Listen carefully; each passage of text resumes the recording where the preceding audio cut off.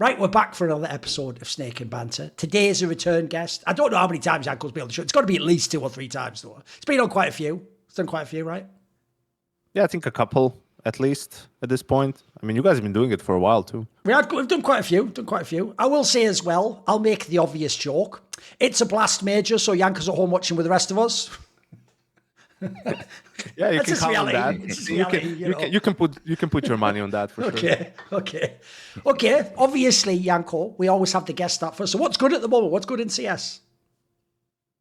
The good point for me is FaZe and FURIA in the playoffs of the major, right? And I picked both of them because it's for different reasons. And I will start with FURIA because I was, one of their loudest critics at times, especially when it came to the roster and being reluctant to change some of the players who were there for a long time.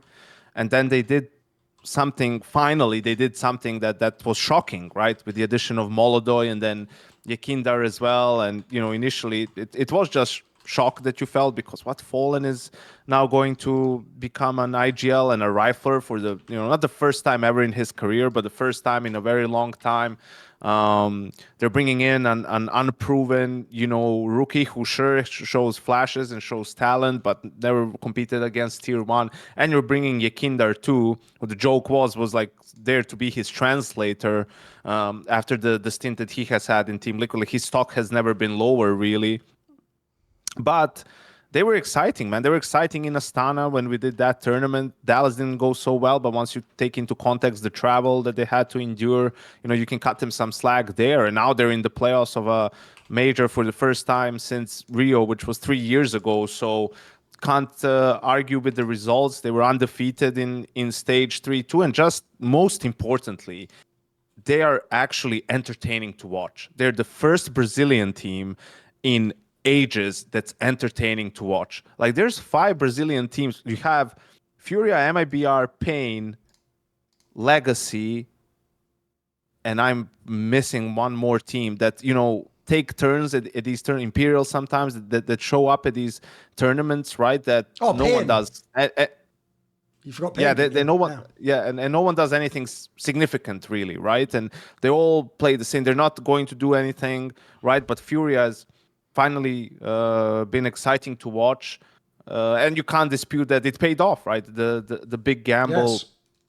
It did pay off for them in terms of bringing those guys in. Yekindar is looking the best he's looked ever since his VP days. For me, I tend to say that he's the Russell Westbrook of CS.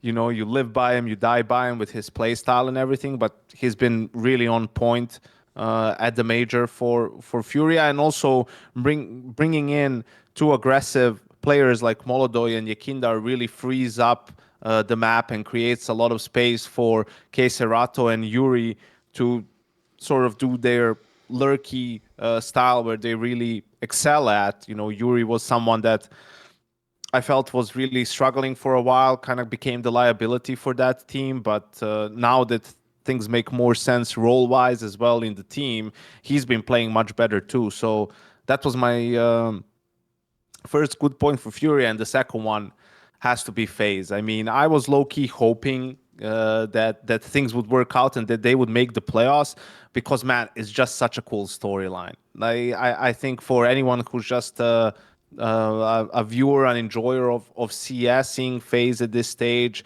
just gets the goosebumps going, because you have the return of the GOAT, you have the return of s1mple, who's their highest rated player somehow, 5th highest rated player of the tournament. Took a little bit to warm up, but definitely has been playing great for them. You have Carrigan, who is the best IGL at having in the world, or in probably the history of the game, at playing with a stand-in, an S-tier tournament. He won an S-tier tournament with Croman as a stand-in, with Exist, who was just a player, not an IGL. Obviously, the Katowice one with JKS standing in for 2 different players, one of them being a lurker, yes. The other one being an aggressive entry. So the amount of adaptations you need to make and adjustments on the fly is really crazy, and everyone on the team has been playing well, Rain and Frozen and Elige as well, Elige especially. So I think it's like really scary for everyone else. They're definitely a team that you do not want to face in the playoffs because there's always that danger of FaZe catching fire. And it really does seem like they're back on their bullshit. You know, the thing that they lost for almost a full year, you know, the game is closed, but they somehow come back and win just like they did on the first map against the Mongols, right, to qualify for the playoffs. Like that's exactly what they've been missing. And you look at sort of the bracket that they have, I see that a lot of people are picking, you know, FURIA over them in that potential semifinal game. I think that's crazy to pick FURIA over FaZe. If that Molodoi has never even played in the playoffs. It's crazy, you know. Yeah, so I think that's crazy, and I think it's just such a great storyline. And for me personally, I have it that FaZe will play Spirit in the final, and FaZe will get revenge for Shanghai Major and win the major. Okay. Wow. It's the way he did the Cassandra at the end, threw in the hottest take of all, which is that like Spirit's in the final apparently from that side of it. Okay, fair enough. Yeah. This is, I mean, a lot to break down, I guess. I mean, okay, I'll start with FURIA. I mean, FURIA's, yeah, they actually are fun to watch. It actually is, it's actually a team that it feels like the CT side that they wanted with Fallen can finally be played out. I think like Yakindar is just a better, he's just a better player. He actually, for all the role swaps that happened, I feel like people, you know, we could have given them the excuse as we did for FaZe in the beginning. It's like, oh, like Rain has to play, you know, anchor spots. Oh, he's not getting it right away. It's kind of like everything's getting messed up. But like, you know, like Fallen and Yuri, and I think K-Serato, I think there was like some mix of like all three of them changing up some of their spots, but it's not even a talking point really, because everybody's actually playing really well. And that's the difference that you get when you have an opper that's just going to be really sharp and take the initiative when they don't know what to do next. If they don't have an idea, it feels like Molodoi is just pushing something with an op, and he usually gets a kill. So if I wonder if I don't want to take away credit from Molodoi, but I want to know, like, is he microing himself, or is he being told by Fallen, go here, go there? I just would want to know if he's being like commanded into some of these positions, because it feels like the frequency with which he finds the next fight is really high for a rookie. So beyond that, I mean, the T side's still good. The T side was actually never really bad, even when they had Cello and had Skulls. But now it's just that they actually put up really good defenses every time I watch them. I feel like the fact that it had to come from international sources is a bit strange, but like we all know the rules with like, or the laws of like the transfer fees and like, what is it, the Pele law and stuff of Brazilian players and how their buyouts are just ridiculous. So I'm kind of glad that conversation doesn't need to keep being had, that we just at this point are like, all right, they're just gonna import talent, and we know that it's even the best thing for them. Like looking within Brazil for a tier 2 guy and trying to find a diamond in the rough is just so much more arduous of a task than just getting somebody from Eastern Europe who we already know is proven, because tier 2 Europe is not really the same as tier 2 anywhere else in the world. If you're actually putting up really sick numbers, you're probably actually playing versus the Ecstatics of the world, the you know, the whatever like the Movistar equivalents are in the world, like teams that are like in the top 35, top 40 in the world, as opposed to, man, if you watch like a tier 2 Brazilian game, you're just like, what the hell is even going on here? Like it doesn't resemble anything that we get out of European Counter-Strike. So good for them. I mean, okay, that's my Furia bit. I kind of want to hear what Thorin has to say about that. I get into we can split it up. It's all good, right? On Furia, the main thing I will say is I'll hype them too. I actually think they looked way better than I expected when I heard this crazy roster announced. But one of the reasons why is because the ultimate X factor is this kid from fucking Kazakhstan, Molodoi. Like, I haven't watched this guy play before, unsurprisingly. Like, he actually does look, like I said on Twitter, actually, like, not just even a flash in the pan, he looks legit good. And this is a point I made, actually, when Team Liquid signed Ultimate last year, which is, again, like, I'd only seen that guy play that one Pro League game for, like, fucking AGO, like, 3 years ago or something. So, like, I don't know that there's hype, but I did tell people the actual most obvious role that there could be a world-class player who's not on a world-class team is AWPer, because there's only one per team. And actually, there's a lot of, by the way, legacy AWPers who I think fucking, funnily enough, like Fallen himself, block that spot for other players who are up and comers. And so, unfortunately, when people sit on the legacy AWPer and they're not as good anymore, for all you know, in the case of Ultimate, maybe it hasn't made it. Maybe the bell curve eventually went down at the end. But there could essentially be a next, like, HLTV top 20 AWPer out there. It's just not on a good enough team. And I think, actually, this guy is an example of that. Like, it looks like his skills are shit hot, mate. They're pretty good. Like, and I'm not even going to do your angle, Maui. Like, mate, I saw Fallen up for the last 5 years. He doesn't know fuck all about AWPing anymore, except like winning a clutch, which isn't even AWPing at that point. It's just like using angles and drawing people into you and mind gaming them and stuff, you know. Like, this guy looks to me like he actually just a talent. He looks self-directed, mate. That's one of the things I even like about his game. He doesn't look just like a bot that just sits on the corner. Like, he actually moves around. He has aggressive play. I also think that's actually the genius of this move, is if you think of the players they brought in and gambled on, these are exactly the positions to gamble on. You've gambled on an AWPer because you just don't have access to any good AWPers. By the way, there barely are any in Brazil, and they're all on the other top teams, obviously. So you wanted to move Fallen off anyway. Like, you're going to have to go international to get a good AWPer. And then actually, the reason the Yakindar move has ended up being genius is, right, he's way above the level he's going to play at this major. Like, his numbers are way too good. Partly because, by the way, they've had fairly easy runs in general. But that doesn't matter. You were never actually gambling. This is the genius of the move. You weren't ever gambling. He had to be Team Liquid 2022 Yakindar or Virtus Pro Yakindar. He doesn't even have to be a star in this team. All he has to do for me, I don't care about these numbers at this minute. You just have to do what I can see, which is you're functionally actually doing your job again on T-side. That's what matters. If you can do your job on T-side, like you were talking about with the dynamic, the balance is great in this team. You've got like a fucking star AWPer, you've got an aggressive entry piece. Serato, by the way, it doesn't matter who's in the team, he just gets his numbers anyway, mate. And then actually it's Yuri that's come alive again, if anything. Like, suddenly he's actually having some good games. Probably because, by the way, he's got way better aggressive players in his team. So the balance is really good. And the joke of it all is, it's irrelevant how Fallen players. That's not even an issue in the team anymore, because look how many actual, like, skilled players you've got. Like, when they actually play like they have so far at this tournament, the raw skill level of this team probably underrated. It's actually a pretty good thing about that 4 players they can put up. That's pretty legit. By the way, if I'm saying Yuri is like your 3rd or 4th best player, you've got a decent team again, mate. The difference was, you think of those FURIA teams ever since they started moving art around, and those were terrible teams. Like, those are teams that even looked on paper like they should be good, and then were terrible in the server. And by the way, they'd lost all of these things we're talking about. They didn't have any of the aggression anymore, didn't have any of the crazy rounds. All they had was basically just Serato killing people and then not winning the game. That was all the FURIA was. So I will say, the one thing I'll say to temper this is, it's why I'm kind of shocked, like you say, Yanko, people are picking him for the final, is because, bro,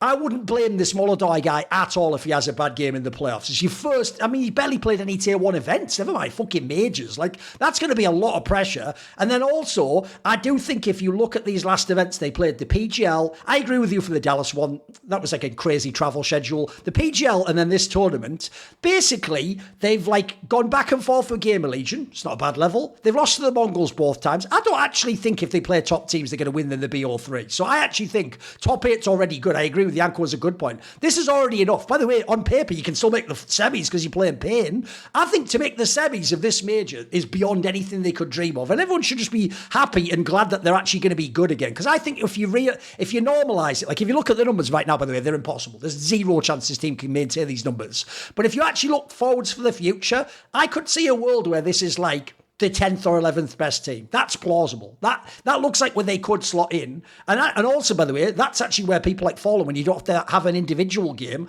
can have impact by being a veteran, not being nervous on stage. Stuff like that matters. That does matter. You look at some of the up-and-comers, that's what they don't have. So, no, I'm with you on the FURIA one. I think for right now, it's perfectly framed. It is a positive that they made it. I think they played well. They had some lucky runs, but they also beat people. All pretty legit.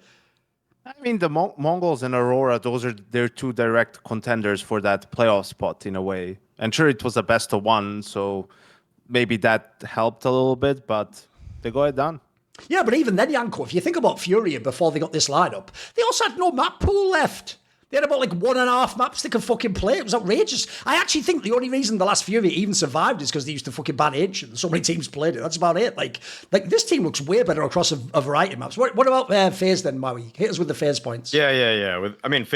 FaZe is just like, it almost feels like every time I'm watching them, it's just a movie. Like it's like they are constantly upsetting expectations, and the way that they were able to beat Mongols, for example, like, I mean, I mean, you could get into the Steel conversation of like, did Mongols have bad fundamentals in some of those rounds? Like, but like, there's moments where they were able to bringing a round back, or bringing just a game back from the clutches of defeat, where they're able to just like, it almost feels like kind of what a reminiscent of what we got with FaZe maybe 2 years ago, 3 years, maybe 2 or 3 years ago, where it was like, you just have to believe. Like I can't really put it in terms that are just concrete in Counter-Strike. It's more just you're watching them play, and the synergy between them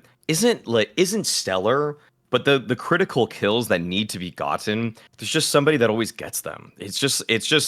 It feels like every single round they don't even play.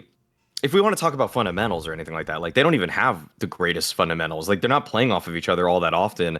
It's a lot of times individuals with kind of a scrappy round that's loosely constructed, that's able to then get it over the line. I mean, I don't really see if this FaZe, for example, played out the entire season. I would kind of think this is probably good enough CS to be the 3rd or 4th best team in the world, but not really a world number 1. But something about what they're doing here in Austin is inspiring a lot of people to put them as the tournament winners. I feel like that's a little bit of name value carrying them, but at the same time, like it's pretty darn impressive how they're able to look as sharp as they do.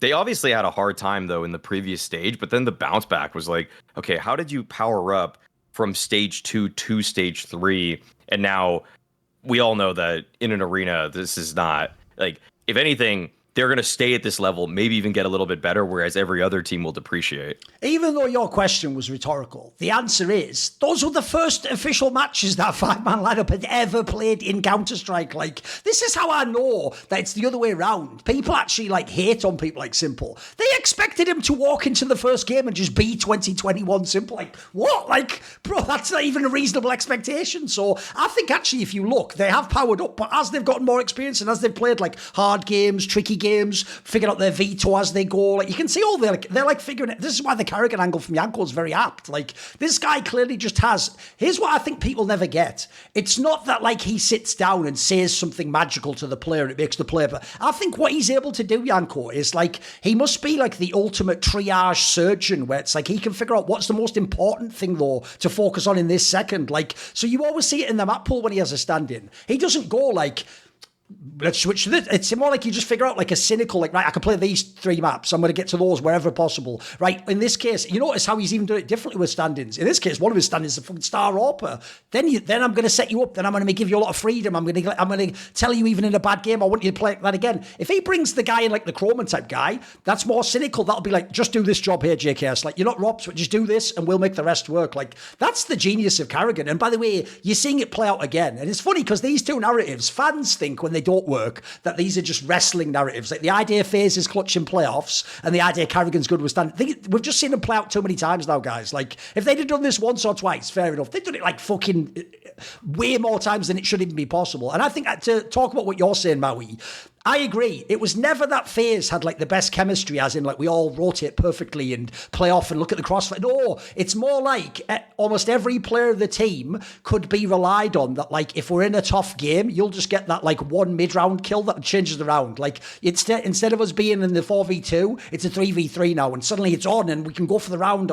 And you look at how many players, in fact, I actually think that's why I'll just use him here, because he's the person who put his name on that shit. It's not to hate on him. Good old Momo. Little Moses had to come out and say that fucking comment. You learned 2 things today, that day, didn't you, Moses? 1, s1mple ain't an ordinary player. For an ordinary player, I'm with you. You actually should grind, prove you're good, then you get your spot. s1mple isn't an ordinary player, mate. As he just showed you at this tournament, this guy actually can fuck around and go, oh, what's that? You want me to play the major? Better start practicing and stop drinking. Like, that's real. This guy's like something out of a fucking Rocky movie or something. He's ridiculous. But that's because he is the fucking GOAT. Like, you even saw it in the game. The reason I kept saying it was so hyped, this major, is because s1mple did start off reasonably humble, but every time he would get a big shot or win a big round, he started talking, and you could just see, like, as the game and confidence, it was like a perfect tracking curve going upwards. And now he looks, by the way, now, like, the joke is also perfect bracket. You got the one, like, top team that you've beaten already, Mongols. You just throw them in there again.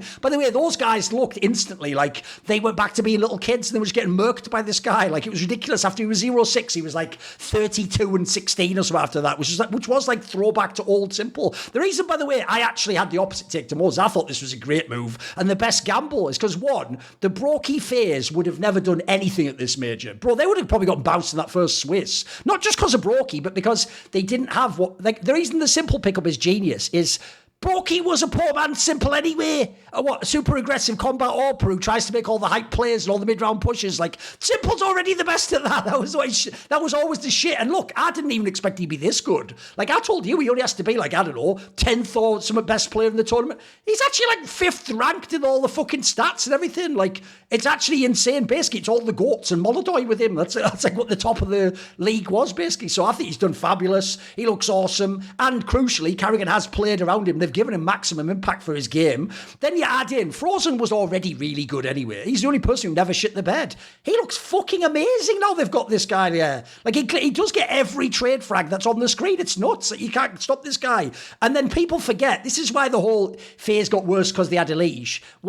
Chad's point wasn't about Elige, it was that the team was worse. Well, you see, when you now have a star AWPer, Elige looks totally fine. And by the way, if on paper Elige is my third best player, I think we're cooking in this team now. I'm thinking we're back, John Wick style. Like, yeah, this is awesome. And then what, you've got Carrigan and Rain, the most durable veterans of all time, who've also played 1 billion playoff matches. Like, this is going to be a fucking amazing playoffs. Like, I actually don't think for real, I'm not worried at all about the idea FaZe fails. I think because of this bracket, I think it's very likely they're going to the finals again. And also, I'll just throw this out there just as a narrative. If you look at the brackets they had at the first 2 CS2 majors, this is almost the universe saying, right, fair enough, there's an easy one for once. Because they had the 2 craziest ones of all time before, and they got through them and lost to the other side. So I think it would also be dope, by the way. This is where you've got to look at the WWE marketing side. It's actually good for whoever comes from the top side of the bracket. Could be any of those 4 teams in theory, maybe not Navi, but who knows? Let's see. It's actually awesome for them if they win the major to beat FaZe in the final. If you get to beat FaZe, Carrigan, that's fucking dope, mate. And also, people haven't even thought of this angle. Bro, can you imagine, Maui, the hype if Elige and NA players in the final of the major?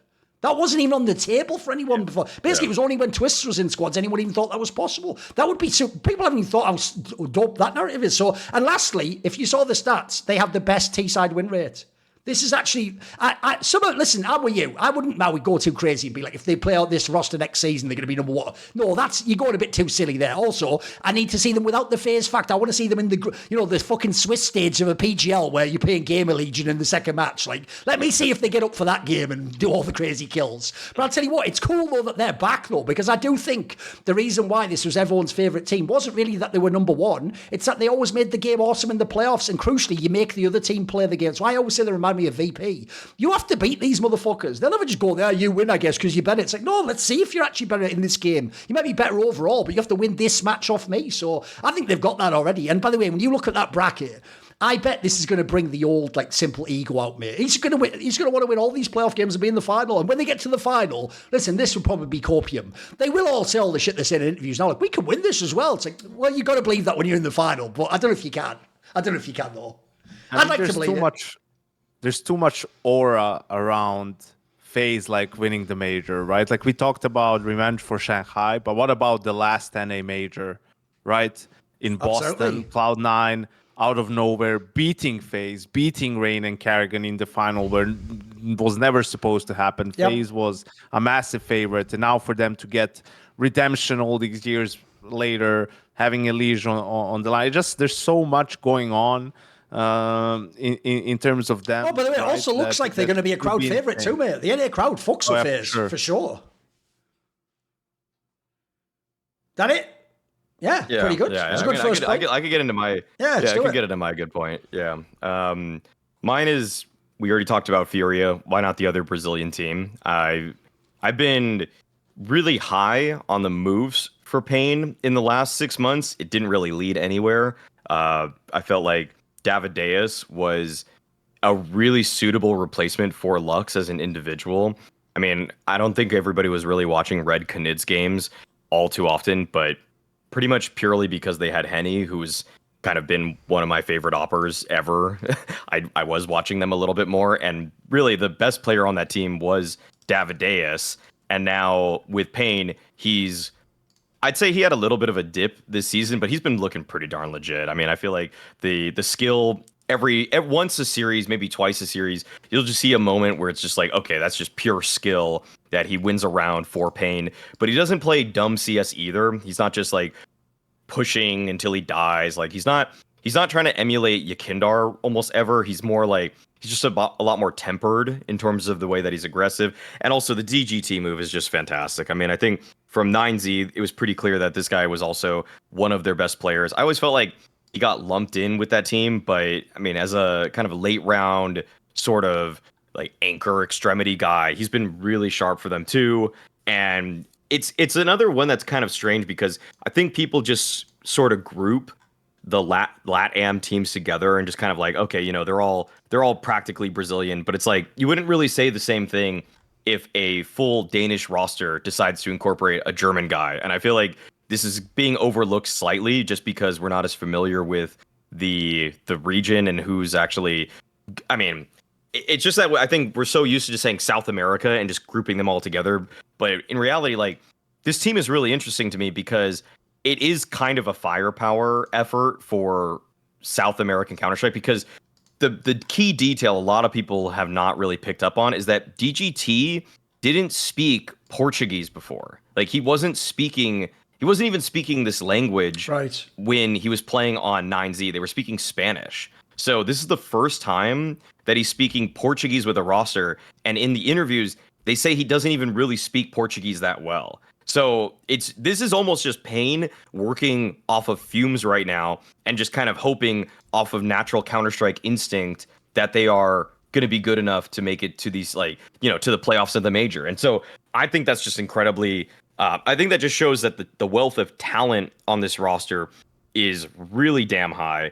And I think on the flip side, it's another sad story that you couldn't actually put this roster together in Brazil because there might be players that are of similar skill set to say Davideus and DGT spread across other Brazilian rosters, but you were not actually going to ever put that together just because of the buyouts and everything like that. So I think that it's annoying that Brazil can't put a team together, but really the good thing here is that I think Pain looks pretty legit in the little bit that I've seen so far, because also I couldn't really take the Astana results at face value because DGT didn't play the first 2 series with them, and at Rivals it was like the first event they played as a 5-man core, but it was like they were just flying back from, I think it was Melbourne, where they couldn't actually play. They didn't play with DGT at that time. Like they would play with their coach and an academy player.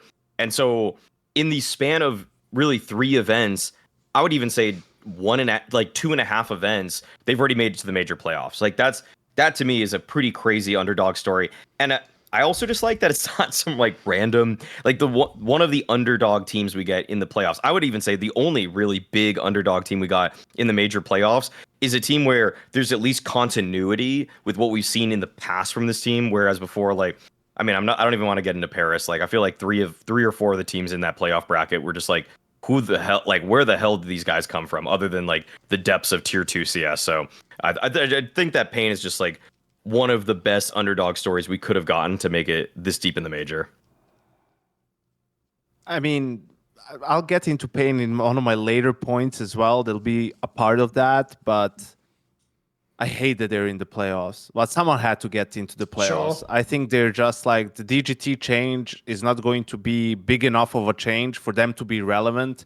They fall into that group for me with, you know, MIBR and, well, not Furia anymore, but the other Brazilian teams where you feel like all of them need 2 more changes. And whenever you see the region went from being one of the most exciting regions to watch to the most boring region to watch, because they all try to play more or less the same.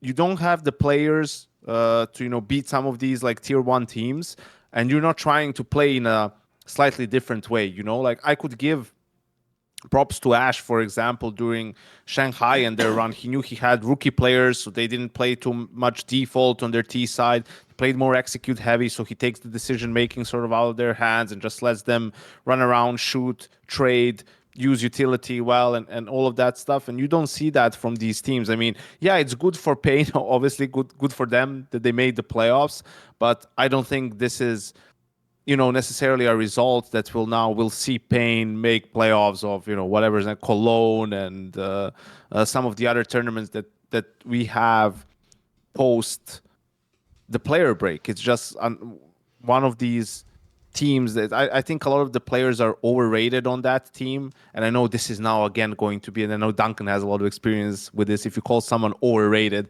everyone thinks you're calling them terrible immediately. But people are putting together the Brazilian dream team, and a lot of them are putting Big Uzera as the IGL. It's like, why? Because you don't want to put Fallen, and there's no one else that you can think of that you rate highly. Like that's the only reason why you're doing it.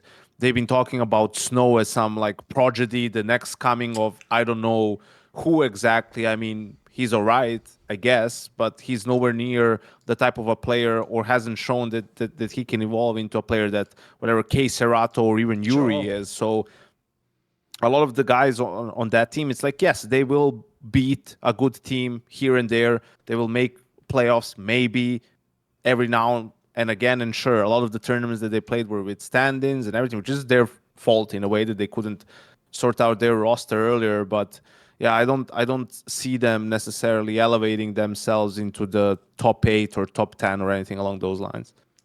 I think I'm kind of in between the two positions, because on the one hand, I do actually like Maui. I actually kind of like this squad. Like, I actually thought the old Pain was an example of where, like, CS2 has just been brutal to what we think about as CS, because the problem they used to have in the old Pain was I actually thought the IGLM was good and they had decent structure, but they just couldn't shoot people in the head. They couldn't get the kills needed to win the rounds, which like, you want to say, like, props for getting in position to win, but games are to be won. Like, it might not sound sexy to have people, like when we just said about FaZe, like, it might not be sexy to just shoot people and play awesome, but that is what the game is ultimately about. So the problem was, I do agree with Maui. I think the roster moves have been good, though. If you look at it, it looks like they've directly attempted to address the firepower. And as Maui pointed out, since you can't do it in Brazil, they've taken the fucking, instead of taking the fucking bridge, they've gone through the underground tunnel, haven't they? What they figured out was, wait a minute, but there are in South America other players who are like skilled fraggers. So they've taken fucking David Dace, who was easily the best Red Canids player. They've taken DGT, was basically the best 9Z player if you saw for the last couple of years. Like, these were the players that if you watch, they had the sharp aim and looked good. And despite what they're saying there, Maui, I think some of that is corp for, like, they just haven't had the results yet, because obviously they had bad results at the Blast, etc. I think the whole language thing is corp, because as far as I know, Spanish and Portuguese are something like 90% similar, as in, like, you can speak that language. What you mean is, and this might be relevant, maybe there'll be nuances where you might make a call that's slightly off, or your accent's a bit off on the word and someone miss it. I could believe that, but like, spoiler, they almost certainly could just like speak conversationally totally fluently. I'm sure they'll have no issue there, but I get it. What they mean is that the chemistry of the team still developing and all that jazz. But I think those were good pickups. I think that has added the skill that now at least makes them interesting. And with Yanko, though, like, they're easily the worst team to make the playoffs. I also think they're the only team in the playoffs I have zero expectations to do anything. In fact, their only chances that they get to play FURIA, another sort of like a bit of a weird team, and also you'd hope because it's Brazilians you wouldn't be intimidated. You played them a bunch in the past. But except for that one series, I think you have no chance to win any match in the playoffs. I think already making the playoffs is good enough. So to me, it's more like, I just think they're going to be interesting for group stages going onwards. Like, this is a team where I would put them more at the level of like 3D Max. It's more like, hey, I'm not bored if you play against like an Aurora, a VP, a Mongols. You've got a chance to win. It's more like, can you keep them accountable? Can you make them play their highest game? That part's interesting. The problem in general, if we make it about a Brazilian CS topic, is the joke of the FURIA thing is you have to go elsewhere. Because that's the worst thing about the Brazilian scene. They've just spread out the talent in ways that don't even work. Like, I always think when you watch MIBR, that's like skill, but without the fucking IGLing and the structure. And so hence they have like 2 maps that they're any good on. So I always tell people there are very few teams that compete in a best of 3 because you have to basically play right into their map pool. You go and look at Pain. Pain used to just have like structure with no fucking fragging. I don't even know. I mean, I don't even think Legacy is for real. I'm actually glad they dropped off before the playoffs. I think everyone was just living on some fucking fantasy world of like, oh, they're actually really good. Yeah, fuck off. You said the same thing about Into the Breach and Game Legion, didn't you? Yeah, you said it all 2 years ago. We all saw how that worked out. So I never bought that one. I'll say, here's the thing. Lato's good. Demau was good at times in the past. We'll see about the others. I do think on this team, though, I do think the other 2 are overrated, though. NQZ is all right. But I'll tell you what, I bet my house he's going to fill when you play a pressure game. And the Snow guy, I just don't... The only part I get it on is he's really young. I get that part. I've never seen in the server... I'm not Brazilian, so I don't know what the hype is from. I don't get it myself, because I do think there are lesser named players in the Brazilian scene who look like this skill. I don't get it with this guy. I've never really seen it in the game. He's always been a bit whatever for me. But I think the best way to say it is they've already succeeded. This is the best success you could imagine. They made top 8 of the major... It's a big deal for them, blah, blah, blah. I just don't think they can win any matches. I don't think it matters beyond this. But okay, I can see why it's so good, Maui. If you look at the fact that like everyone did write them off when they made the roster and they had those really bad first lands, yeah, it did look like shit. But I always thought, it's why I kept picking them in my pick'ems, etc. I always thought they should be decent, though. This team should get it together. They should eventually like all coalesce at the same time and be able to, like these, by the way, if they can't, then that suggests something else about this structure. Like these guys could frag in their other teams, mate. Surely eventually they start shooting people in yours. So not too bad. Yeah, I mean, I would be just... I'm not going to say that they're going to be an elite, like, top 4, top 5 team in the world. Like, I feel like it's just way too stacked up there for especially European talent. But it's almost a shame that Furia got to be as good as they are with Molodoy and Yakindar, because the sexier take would have been... They're the best Brazilian team. Pain is the best Brazilian team. That would have been but now on it's the like, cards. I guess Furia still is, because they still have 3 Brazilian players. I feel like but in reality, I actually think that this team could probably they could take over that sort of Aurora spot. Like, I think Aurora, I mean, I said that Aurora was going to crash out. I mean, I said that they were going to fall off a month or so ago, and they've kind of naturally done that.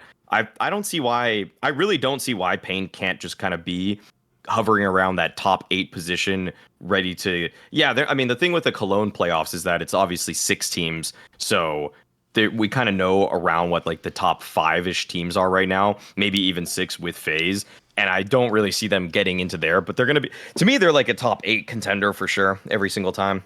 Also, if you just look who they played at the major, okay, losing the Spirit's fine, obviously. They lost the series, and they won a series against VP. That's even pretty legit. I even think, by the way, like...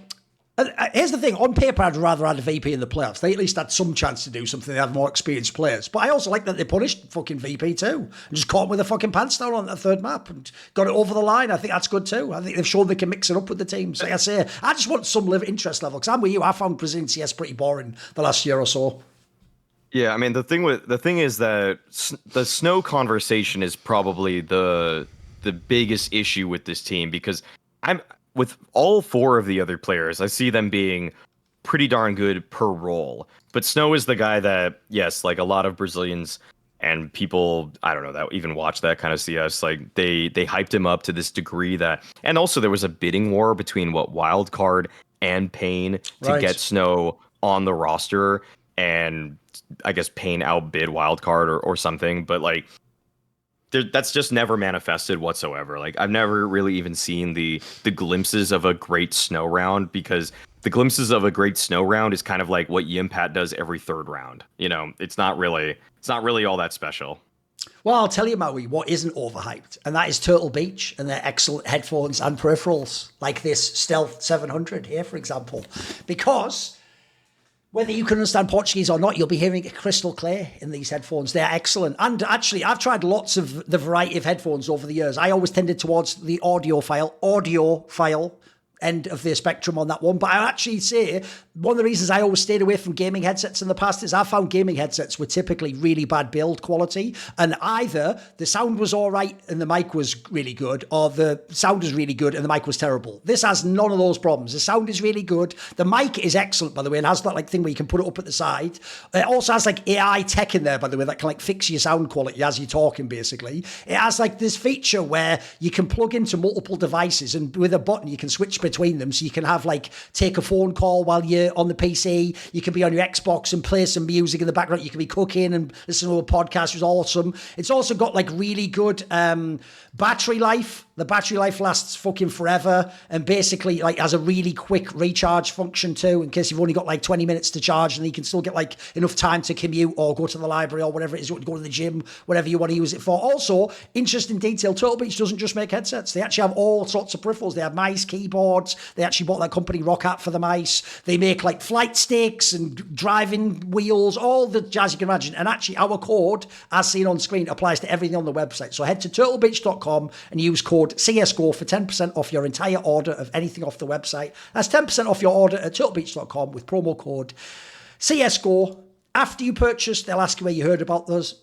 Just say Last Free Nation or Snake Banter or something. Thank you to everyone who supports it and gets 10% off Turtle Beach. Right, Yanko, what is bad at the moment? What is bad in CS? Oh, you don't have points?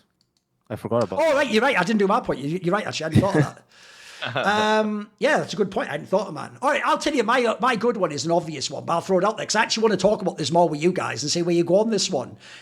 Bro, there is a reason people in the modern parlance say I am a glazer, Yanko, for simple. Oh, you suck his dick, you glazer. No, because I've always said this, right? It's why, by the way, I can tell you the person who doesn't appreciate this narrative. I'll tell you right now, it's Device. He doesn't like the narrative that, like, you're the best human, but, like, s1mple, NiKo, Zemo are aliens, and you can only ever win by, you know, having a team and better strategy. He doesn't like that because, by the way, I am slightly overselling that. He's also a really fucking skilled player who's got a lot of great highlights, and he definitely didn't just sit like really boring up and just shoot the goal. He obviously did some great shots as well. But the reason is, right, because I've always known Device has an incredible work ethic, and he's a guy who works on all aspects. He's the guy who really did like work on his health and his fucking diet and his sleeping. Like, it wasn't just Astralis. He was one of those people who was already focused on shit like that. The difference is, as this major has shown you, s1mple is just something else, mate. It's like there shouldn't even be a player like this in the game. I don't think even Zemu is in the same sense. I think skill-wise they're quite similar. But the difference is, what is so crazy about s1mple, I'll put it this way, when he had his peak year, the reason why no one will ever beat that peak year, in my opinion, in Counter-Strike, even Donk, but he's the closest, is because he didn't do it all like Device would on his best year, with like, you're in the best, you're always playing the numbers, you're always in the safe spot, you always like save when you should. No, s1mple used to play like the cocky idiot player, but then he was the best as well. He would go for every 1vx, he would go for by the way, every fucking no-scope you should never go for as an AWPer. Like, you should like re-scope and reposition. No, he would just peek out and just bang someone out close range with a no-scope, and the round would just be on inexplicably. You think about some of the eras when, like, on Nuke CT side, he would literally, like some fucked up pog where you're the one famous player and everyone's just a noob, be like, actually, I'm taking your spot this round, and go to that round and frag all of like Vitality and Astralis. Then you're thinking on back in the day, all the maps that were super hard T side, this motherfucker would even play like aggressive with the AWP as well and be like going out first. He wasn't like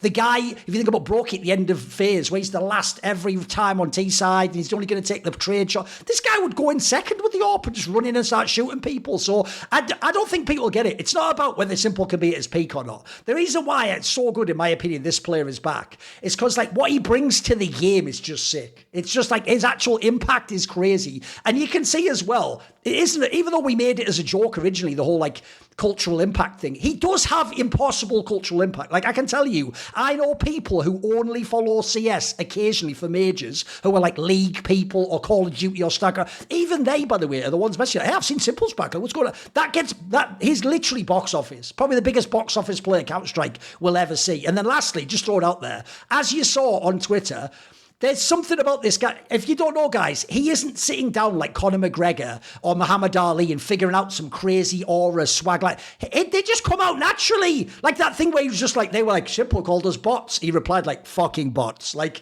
that's like accidental humor. He's not even meaning that to be that funny. He just naturally is like crazy swag to his game. So when a player like that's on, you're already interested anyway. By the way, it also makes it awesome if you beat that player. It makes it cooler for you to win. But then now that his game's actually getting there as well, this is why this guy's so magnetic. So my good has to be s1mple sort of back. I won't say he's fully back, although then again, by the way, like that conversation earlier, each match and stage that goes on, you can see it leveling up a little bit more. You can see more of the old s1mple. It went from like a couple of rounds a game to like, mate, in that Mongols series, after like the first half almost, he was just locked in the whole way. Like that was old s1mple. So what do you think, Janko? s1mple's back? I mean, it looks like it. Absolutely. We don't know what's going to happen after the major. I think if, let's say, FaZe were going to play a full season, FaZe would be one of those teams that they always were.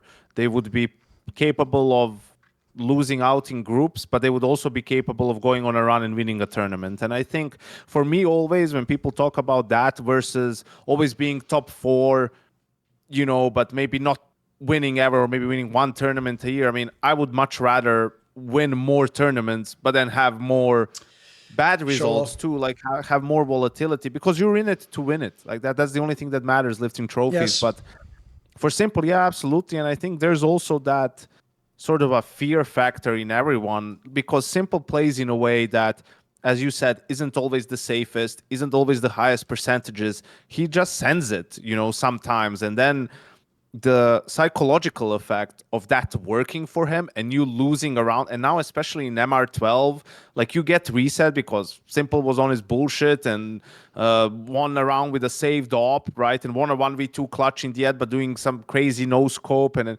you're like, you know, it's like that the meme with the dog, and you're just looking the 1,000-yard stare into nothing, and you're just remembering everything, getting PTSD, where it's like the one with the cupcakes he's on about here, yeah. He's back. It's happening again, right? And that's why I say that no one wants to play them. And I'm actually kind of sad that it's first the Mongols, who they already beat and are chokers when it comes to the stage. And then it's like FURIA or Pain. I would have liked them to play a Maus or a Spirit or a Vitality earlier, because, you know, I really think FaZe has a chance. They will have to obviously play from ahead, I think, and they would have to have some of those FaZe moments for it to trigger this feeling in the other team. Right, because I think that's real and that it's something that could happen, and I'm just excited for the playoffs to see what will happen in the end. Go on, Maui. I mean, the question is s1mple back. I mean, okay, so I've been working the desk with Moses for the past 2.5 weeks or so. He must be playing full fucking defense now. What's he doing? Fucking full court press or something? Jesus. Yeah, he's on s1mple, the Moses, it's okay. s1mple's just he's just too good, mate. Just admit it. Just give it up already. Just give up the ghost. Come on, just give it up, Moses. Just give it up, man. No, he's on s1mple is not back island. Oh, of course he is. He's on s1mple is not back island. He's saying that. I mean, he wants to know, like, I mean, if anything, I kind of memed him on the desk where I was like, oh, but the sample size is not big enough, because Moses is kind of like, is he gonna keep being as good as he is now? So it's like, the admission is that he's already good, but then it's that you want to see it over an extended period of time. I mean, I think Moses' what desire for s1mple is that he wants him to actually be world #1 again. Only then will he say he's back. But this way, he didn't say it explicitly, but I think what he meant by that was, if he joins FaZe and they're just shit for the 2 tournaments, is he just going to go back to not being a player? It was all waste of time. Like, I think the difference is, it looks like, at least right now, we're probably past that. He's either going to be in like FaZe or Na'Vi or another team after. So I think essentially what he wanted, I know what you mean, Maui. I actually think he had good intentions. He wasn't trash talking s1mple when he said that. He just wants to see it for longer. Yeah. Like, he just wants, And like he said, he wants s1mple to grind. Jason, he may paint it differently now on the broadcast, but on Talking Counter, he was like, he's going to suck. Oh, wow, right. He's going to be nowhere close his level. He's just missed too much. And it wasn't necessarily that he's missed too much playing time. It's just mentally he's checked out. He doesn't have that grind mentality, that grind mindset, and that he's lost the step, and he's not... Because the thing about s1mple, what made him so great was he would come back from a tournament in the US, he would land at 2 p.m. and at 4 p.m. he was queuing up faces Yes. and playing games. And he was just grinding Counter-Strike Yes. nonstop. There was nothing else. And then, you know, over time, there a lot of distractions, some real world stuff that's going on and everything else. And, you know, he lost that. And that's why he lost his edge. So, and for Jason for it to be like, now he's quoting it that way because he's trying to save face. Right. But in reality, he never expected him to be as good as he is right now. Fair enough. And now the argument, if they make the finals, will be, yeah, but they played the Mongols and FURIA. Of course. So you know, Yeah. the goalposts are just going to keep moving for him in that regard. But I think he's already lost it. Sure. We had a bet in, like, whoever loses has to go to that machine where it simulates like you giving birth. Fucking hell, okay. So it was me and Chad on one side and Jason on the other. And I don't know, we'll have to wait for the major to end to see who won the bet. Okay.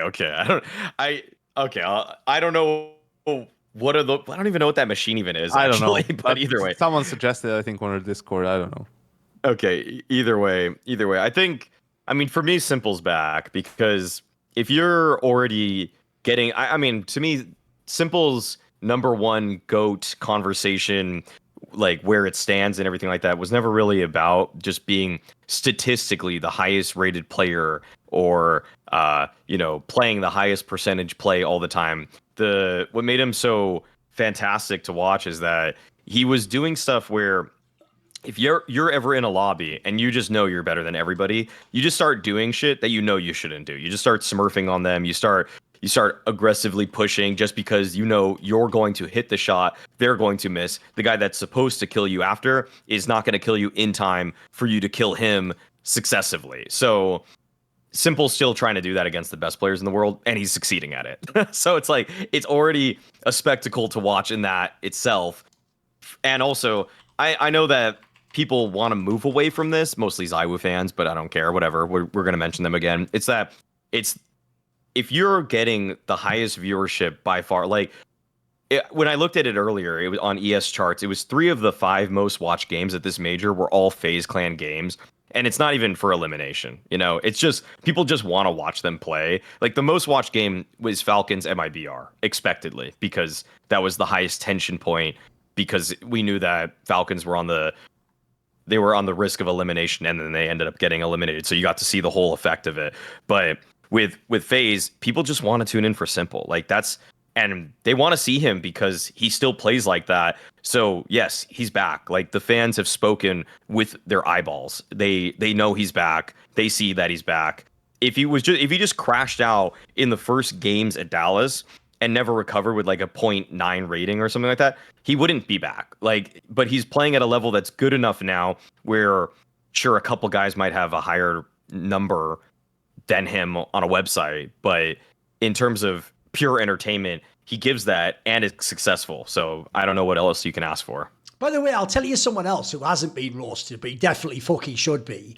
That fucking G2 CEO just has his foot permanently in his motherfucking mouth on every CS topic. Right, you were wrong about NiKo, dickhead. You did need him. You were wrong about MonteCristo, dickhead. You were wrong about s1mple. Why did he even open his mouth on that? You know, in that interview he said, like, people are saying we should sign s1mple, but, like, it is not the right place for our... If you'd have had s1mple in your G2 team, you would be in the playoffs. I'm telling you right now, like, that G2 wasn't even that bad this mid. Like, if you'd have had this s1mple in your G2, you'd be in the playoffs right now, potentially with a crazy bracket where you could go to the final. You have absolutely hinted that one, you cretin. Because to me, the other reason why the s1mple move was a great one is, notice I never said put him in like fucking some elite team. The point is, it's a great gamble though, because you don't need him to be peak s1mple. The 3 teams, in my opinion, that could benefit the most from gambling was G2, FaZe or Na'Vi. They were all in positions where it's like, you need, not only do you need like fucking fragging, which he brings, you need the big name too. You need the guy people believe in. You need the guy who has the intimidation factor and all that. Like, that would be such a different conversation around G2 at this major if they'd have had this player. But this guy just went out of his way to explain that they won't be signing him. It's like, well, you know what, mate? I guess we'll just stick with your strategy. That's fucking awesome, isn't it? Yeah, great. Well, but no, my bad, guys. Cause Falcons failed one tournament, that means G2's fine, apparently. That's what I learned from Twitter over the last 2 weeks. Even though when I saw G2 play, it was just average as fuck. So I think that was a bad fucking call too. I also think there's another team that should have considered him. Because I always think, like, no one knows yet if he'll ever be peak s1mple, but this s1mple is enough. This one is enough, guys. And I'll just throw this out there. I actually think people now underplay how he played in Falcons, mate. In Falcons, he'd had fuck all time in the game, and he was like good on half the maps. And I'll tell you why it looked so much worse. They didn't have Frozen and fucking Elysian and Carrigan IGLing. Like, that's a pretty good set of players too. And notice how adding Simple's added to all of these people as well. So I think people ignore, like, Falcons was just such a clusterfuck. The difference is, the Moses take for Falcons would have been great. That wasn't the team to join. That wasn't the time to do it. That was like, only you could have even looked good, probably. The FaZe one was more debatable. They were right on the edge of, they could still potentially turn it around a bit. Look, no one thought they could go to the finals or some shit like that. But, like, oh, by the way, we won't get into this yet because it still has to happen. But that's also why I love the Mongols draw. Because if you don't know, my last hot take, Yanko, was that s1mple will get to the semis of this major. Now, I didn't know they'd get this crazy bullshit bracket. But I'll tell you what, so that, you know what, as they say, better to be lucky than good in life, isn't it? Some people are just God's favourites. What can I do? Someone had to be the winner. Also, I'll just throw this out there. The reason I love it, Yanko, is because could you even imagine, Yanko? Oh, just come with me for a moment, gentlemen. I'm going to take you on a journey. Could you imagine, bearing in mind, the upper half of the bracket, by the way, is really hard. Like, those are like the 4 best teams of last year, basically. And all the top teams now, basically. If you look at the top half of the bracket, it's totally plausible Vitality might even make the final. Could you even imagine, Maui, and enter this world? It's HLTV. Here's the thread, right?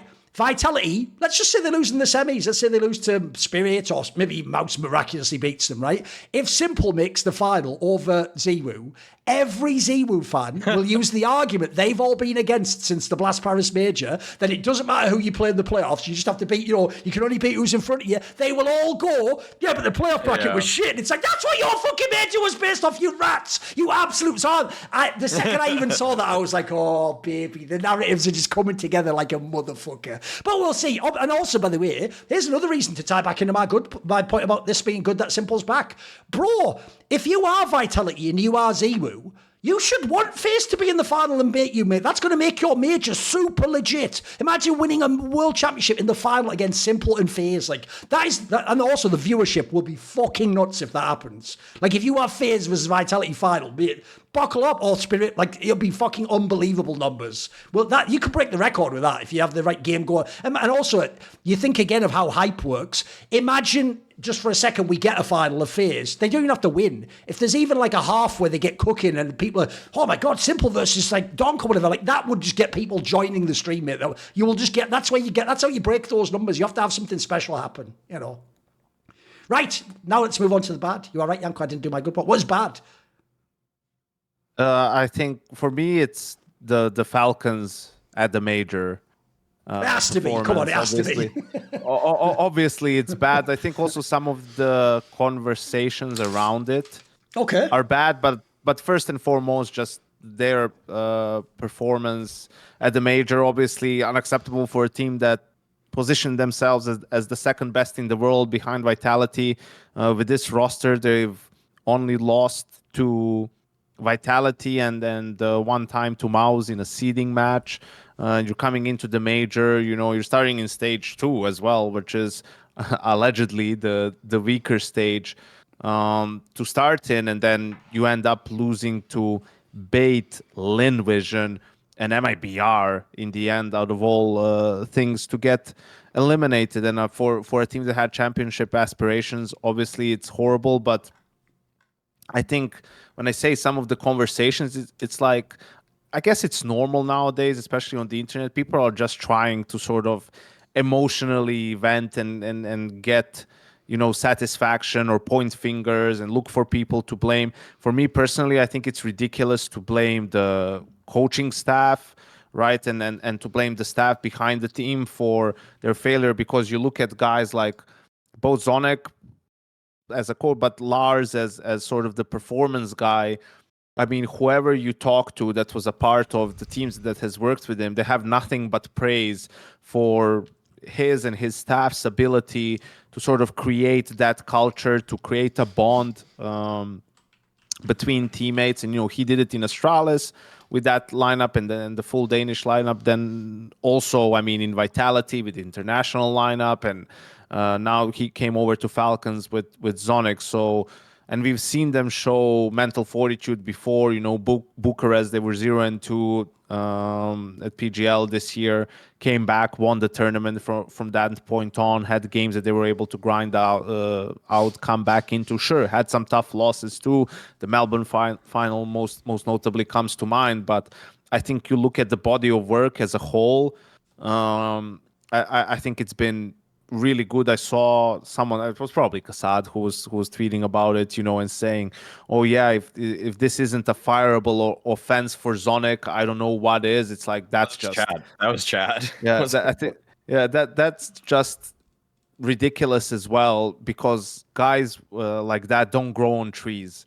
You know, if you're trying to have a lineup that's going to contend for championships, you need to have a coach, preferably who's done it before, but who also knows how to work with different big personalities, you know, with players who have a little bit of an ego, who are a little bit old school, who are also skilled, who need to have their freedom to make their plays and to make their moves on the fly in the game as well. And Zonic also, I mean, the way he prepares for games and some of the stuff that they do, I think his track record also speaks for itself, despite the previous iteration of the Falcons roster. And I think for Falcons, unfortunately, you know, you would love to say, oh yeah, NiKo choked at the major again, or this guy sucked or whatnot. The reality of it is, with the current format, man, you go down to 0-2, it's hard for anyone to climb back out, because of just the pressure at the major is immense. And I think for Falcons, it was bizarre. Like some of the things that not, I don't want to say that were happening to them, but it was bizarre for a team that's generally one of the best in pistol rounds and low buy rounds in the world to go something like 3-15 or 3-17 in pistol rounds over the course of that stage. And out of the 3 pistols that they won, they lost the second round 2 times out of the 3. So having to always play from behind, never being able to get some momentum in the opening game against Bait. They have a 3-9 half. They won 3 T-side rounds, got reset every single time after it. Like, you're always struggling to catch some steam. And in MR12, if you can't win pistols, well, then you sure as hell have to be very, very good in gun rounds and play very clean Counter-Strike. And then on top of that, they were losing rounds with advantages way too often. Like, in that 5v3 game against MIB. Yeah, 5v3 obviously, but in that game they had like 7 or 10 or 12 more opening kills than MIBR on that Inferno, right? 5v3 obviously is atrocious, and the game should have been won there, but it's just, then you have the OG win where it doesn't even feel good, because you have a 9-3 half finally on the, I think, first map or whatever, and then you can't close out that game on Dust 2, which is one of your better maps. So even the win is labored, and yeah, it was just, it started bad and it ended bad, as you might say. And, you know, Modesty had a bad day one, and that cost you, you know, 2 games in a way. In that 5v3 round, when you hear the comms, it's like, you could just also stay car and hold banana with you up. Like, it's not necessary to move. It's all these details that, of course, then unravels in the worst possible way that leads to the game prolonging itself and them sort of losing. But yeah, it was just like really bad. I also think from the sort of viewer side of things, you wanted to see them in the playoffs, right? Because of how those games, their games against Vitality have been the best games, you know, we've had this season. And the Melbourne final was maybe even the best final in CS2. You know, I think there's definitely a couple. The Shanghai major, obviously, because it's a major, probably tops it. Cologne last year was pretty hype and so on. But yeah, I think that was just, it was really, really, really bad what they've displayed at the major. First of all, I think Melbourne was the best. I think it was better than the major grand final. But moving on from that, because major grand final was just like one really good round, a couple really good rounds. Melbourne had like a dozen insane rounds. The Cologne one was very good though as well. I'll give you that. I think the Cologne one was excellent. Yeah, I mean, I guess I like Melbourne more, but okay, whatever. That's just opinion. That's just an opinion thing. Okay. the Falcons collapse is it's a bunch of different factors that lead into all of that, right? I mean, like you could never really just boil it down to a single person. That would just be probably like the lowest IQ way to approach this whole thing. It's like it has to just be m0NESY or it has to just be Magisk. That's why it needs to get replaced or whatever. No, I feel like everybody shares blame in that. It's just kind of how you want to divvy it. If you want to boil it down to one star player, then you got to look at what they did in all the games, because a choke of that magnitude it starts with the first BO1. It doesn't really actually end, or the whole game isn't just the final map of the final series that they got eliminated on. So I'd say that the first couple are actually, I actually would blame no one more of the whole choke. I know it's kind of ridiculous for all the praises that I've sung of this guy for such a long time, but like if I have to like divvy responsibility, because I go pretty far against what I ran a poll that I think it got quite a few votes, like maybe over 10,000 votes on my Twitter about like who is the most to blame for the Falcons choke, and I think a lot of people ended up voting the coaching staff, and a lot of people voted NiKo, but I actually think that. Again, going back to this whole topic, like, okay, it was 40% NiKo, 37% Zonic and staff, 20,000 people voted, and 15% put m0NESY. I feel like m0NESY is actually if the format is what it is, and you could blame the format in a different discussion for putting BO1s out there. m0NESY is pretty responsible for 2 of the 3 losses that they had. Like the BO1s, he was extremely bad at. So I would probably put a lot of the blame on him. Even though there's another topic I have here for after this one, good. But it's just that whatever led to m0NESY playing as badly as he did on the first day, which is mostly himself, by the way. Like I'm not mostly trying to put the blame elsewhere, but if that is due to the staff or people, like the assistant staff, the coach, people like Lars trying to like push him into a different mindset or schedule or whatever. Like m0NESY doesn't usually start this poorly at tournaments, and he doesn't usually throw 2 consecutive BO1s for a team that is the extreme heavy favorites. Nor does he usually. Well, I don't know. I can't speak on the comms of like him messing up rounds or anything like that. Who knows? He maybe messes up a lot of them, but I would say that it would go a lot to him. But I kind of like the discussion in general, just being that. It isn't just like I like the Striker take was kind of weird, I think that's kind of what this is about. Like it's just that Striker made that tweet about like I hope that the support staff takes responsibility, like takes a lot of the blame or however he framed it, but then he backpedaled it. That one was really odd because it's like that's like the last 5% of every team, if even that. Like I would have never, when we talk about great support staff, great coaches, like. Last year, for example, I said a lot of great stuff about Ursula, the head performance coach or like mental coach for Na'Vi, because they could lose one map terribly, then bounce back and just smoke them on the next one. And I feel like if you take a bad loss in an arena and then you can just bounce back like nothing even happened, I think partially that's your coaching staff, that's your mental staff, because I don't really put it up to the players who are like in their young 20s to be able to just mentally reset that easily. So I gave her a lot of credit, but again, this is like the team was already at an adequate enough level that they could have achieved a result such as beating another top 5 team in the world without her. Like she didn't get them to top 5 status. She just helped them cross the finish line. And I would just say the same thing about a Lars Roble type, even Zonic to an extent, that they are gonna like help iron out that last little bit. But for me, a lot of it comes down to m0NESY. And if you want to get down to like the last map, I mean, a lot of that comes down to NiKo for sure.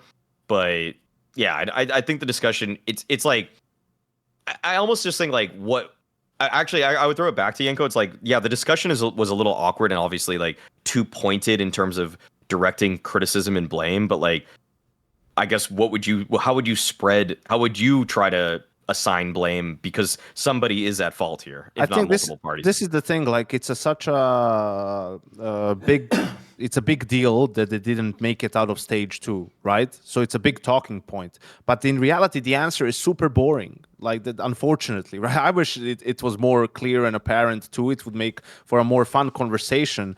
But it is just more boring that, they couldn't get going. They lose the 2 best of ones. All of a sudden, the confidence is a little bit shaken. Then the win doesn't feel too. Unfortunately, I didn't really watch the games, so I can't tell you, specifically what was going on in that sense, whether it was, oh yeah, they played in a bad way or anything along those lines. But I think it's just that where different things went wrong at a crucial time where they just could never really get momentum and feel like the Falcons that they've showcased at previous tournaments, right? I think this conversation about MonteCristo and his schedule is ridiculous, to be honest, because when your game is starting at 10 a.m., goes live, when is the guy supposed to wake up? Like, you need to wake up at 7 because the TO wants you to be there probably at 9, the latest 8:45, so you can do some pre-game interviews. You have a set amount of time that teams demand to be able to set up and warm up and everything. You're going to want to do the walk outside with everyone so people get awake. Then you have to go over prep as well. I mean, probably at least, or rehash stuff that you did from the night before. And on top of all of that, you have one more best of one to play later on in the day. So, it's like, I think none of that really would matter, or I think he has to wake up early for a day like that. There's just nothing that can be done really about it. So yeah, I think definitely if he played to the level or anywhere close, if he was just average on day 1, I feel like they don't go 0-2. Like, they at least are in the 1-1 bracket. Mind you, Vitality dropped a best of 1, right? So it's just possible. Yeah. Maus went to 0-2 and were able to bounce back and qualify for the playoffs, right? So I think it's just different things went wrong for them. Bad starts. It's if you start, you lose 50% of the rounds off of the pistol round, then you have to play really almost flawless CS when it comes to the gun rounds. They weren't able to do that. If they played their not A game, if they played their B game, they would have probably been able to win despite of that. But they couldn't. Came down to that 5v3. You can't win a 5v3 on the B bomb site, a bizarre round. And you would have lived to see another day. And maybe if they had and managed to get into stage 3, maybe they would, feel a weight off their shoulders and we would see a different team. But that didn't happen. They weren't good enough and they got eliminated.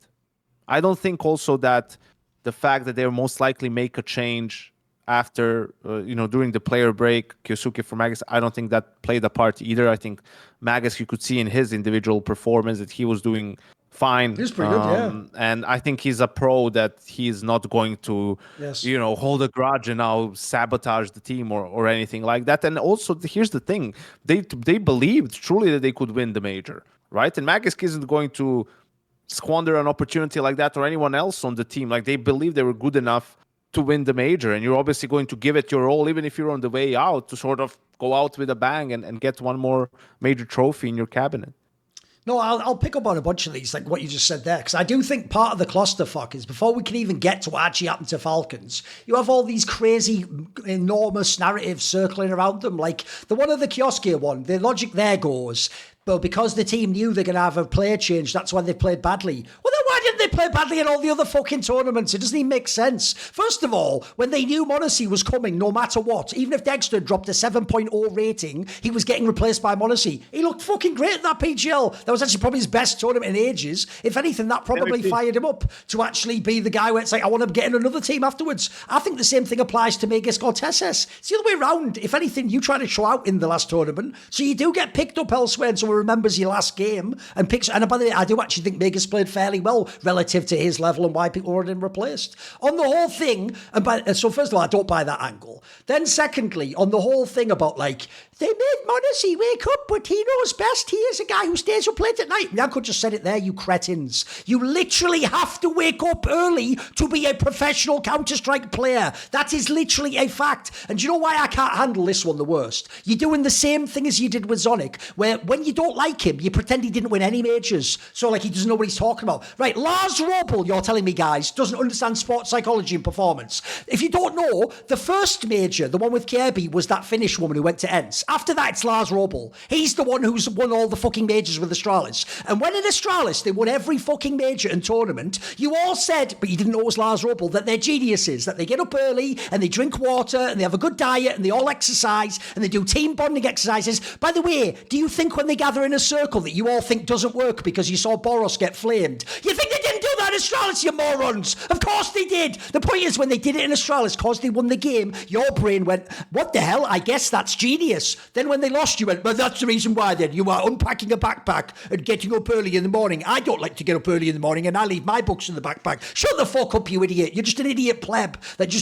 just wanted to hit on Falcons. By the way, Striker, you just chose an easy target, mate, and you just picked the most obvious shit low-hanging fruit and you picked it on that. Because as pointed out by Maui, that was my point on Twitter, is bro, if that's true, if it's all about how you perform, whether the sports site did a good job, then flame Zirith from Na'Vi because they've been fucking shit this year. They were literally the number one team of last year. Everyone gave them all the plaudits in the world, all those finals. Well, then by that logic, never making a final, she must be dog shit at her job. I have no idea whether she did anything good or bad. I don't know if she was awesome when they were awesome. I don't know if she was bad when they were bad. I doubt it's just switched between though, and that she was good when they were good and bad when they were bad. Again, I agree with you. It's the last 1 to 5% is the sports sex stuff. Also, people have got to stop this thing where, like, because they've decided some of the stars of Falcons are chokers, now the real job, the only job of the sports psychologist is to fix choking. That doesn't exist. Even when Device fixed it, he also did it himself as well, you know. He didn't sit there and then bring in Paul McKenna, famous hypnotist from the UK, like, you are feeling sleepy, Device. You no longer choke. You are now feeling confident. That's not a thing. It's like therapy. Some people it works for, some people it doesn't. Some people it works today, but it doesn't in a month. It's such a complicated area, the human mind. I think the whole Lars Robel thing's a stupid smokescreen. Let's get that the fuck out of this conversation. Like I said about Zonic, just like Zonic, he's done so much in CS with Astralis and Vitality. I can give him a pass when he fails every now and then, mate. That's not the end of the world. So put that to one side. What do you want to say, Janko? Come on.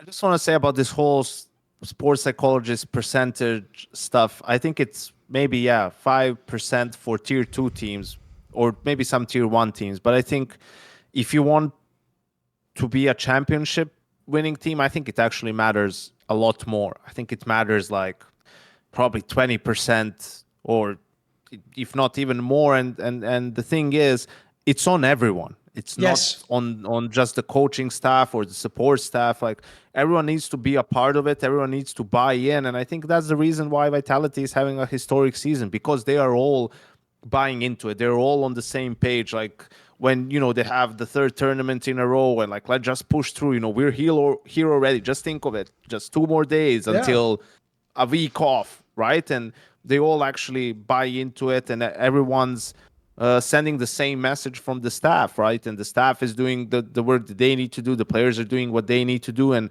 when you get that, that's when you get a really good all-around Counter-Strike team, right? Like, you can't blame just because it starts, and people will say coaches and what does this guy do, that guy do. Coaches do 90% of their job before the game goes live. And it's in practice, it's in talking to players individually, it's to reacting to the atmosphere, to team talks, team walks, team dinners, whatever it is, making sure that, you know, no one is being left behind, that you're creating a good group where people will, because you spend so much time with your teammates, you spend so much time away from home, traveling in planes, in hotels, warm hotel prac rooms, all this stuff. Like, you have to enjoy that part of it. You can't just be there for the games and for the trophies. You have to enjoy like being part of that team too, for it to be successful, because otherwise you'll just feel jaded. You won't feel motivated. You won't be able to do what it takes to become a championship level team.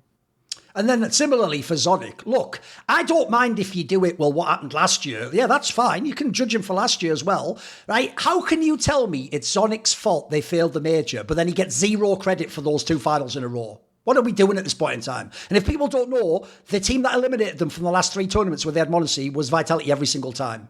And in fact, this is what I don't get. This is why Kassad in particular shouldn't take that angle. He's actually fucked up his own argument. Because he's the one, if you don't know Yanko, that said that actually NiKo and Monacy wouldn't be great immediately, that it'd take time to power up. Well, in that case, mate, if you thought it wouldn't happen and they were awesome right out of the gate, then you have to give Zonic props. He must have done a good job integrating them, right? Lars Ruppel must have been on his fucking shit with all the voodoo spells and fucking Indian rain dance at that point in time, right? Because that's the thing I can't handle, right? In the same way as I don't think Legacy is now a top 10 team and really good because they almost did something at the major. I'm not going to say that Falcons, who every second that they weren't at the major looked awesome, is trash now and we could throw the whole project away, right? The second they got Monacy, the only team that could beat them was Vitality, and they lost that one time to Mouse. That's it. And even then, by the way, they gave Vitality the best games always. They had 2 5-game series. The first one, they actually probably should have won that final. That was like epic clutch from Vitality. The second one, yeah, they shouldn't have won. But even that semi at the last tournament, well, they were like right at 13-11. It was right there. Like, that's why, in some ways, that's why we have to actually thank FaZe and s1mple for saving the motherfucking major. Because if FaZe had been shit, and Falcons bombed, and Mouse was 0-2, and Spirit's like good, but no one plays, mate, the whole story would just be, does Vitality fail the major? With the only narrative that was active. And by the way, the second they lost their streak, this major would have been on its arse for fucking narratives, mate. It would have been in so much trouble. So I think if you look at this squad, they were fucking sick outside of this tournament. Now, I'll give you some context. I'll tell you a difference between me and haters. Haters take out context and don't tell you because the context doesn't make their point stronger. It makes it weaker. I put context in to make my point stronger. So here's one reason why I think everyone is overreacting to Falcons. Because they were bad for 3 days. That's it. 3 days.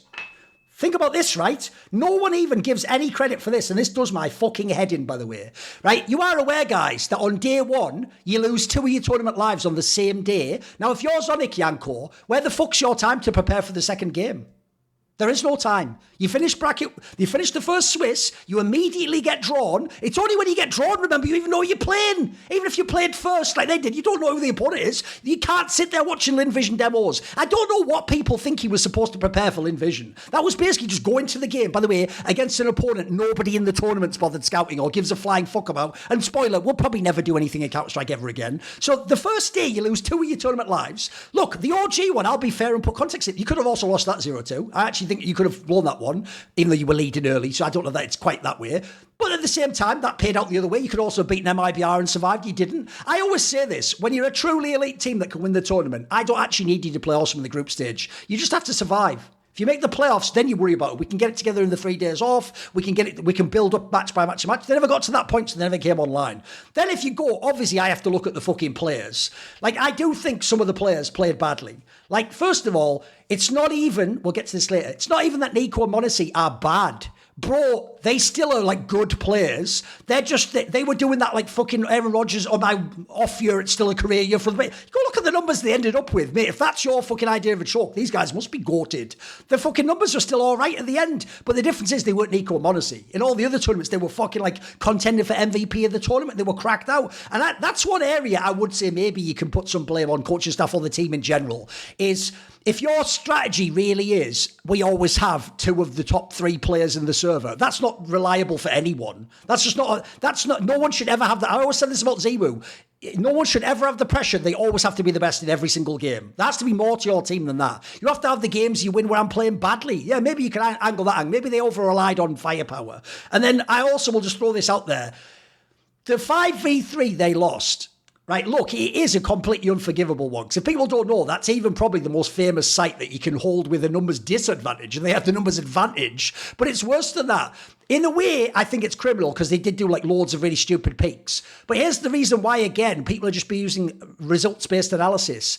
If they do that normally and any of those first 3 players gets the kill and they win the round, there's no problem. That's their style. They have super skilled players and they're not the guys who wait the round out and play super smart. They just shoot you in the head and the round's over. So I do think, yes, that was a massive flunk. It was a terrible round, but that was also right at the end of all of this shit show where everything's gone to shit. And at the end, who even knows what their mental was like at that point in time? There's nothing left at that point. So look, yes, this is completely unacceptable. To go out in that stage of the major is bullshit.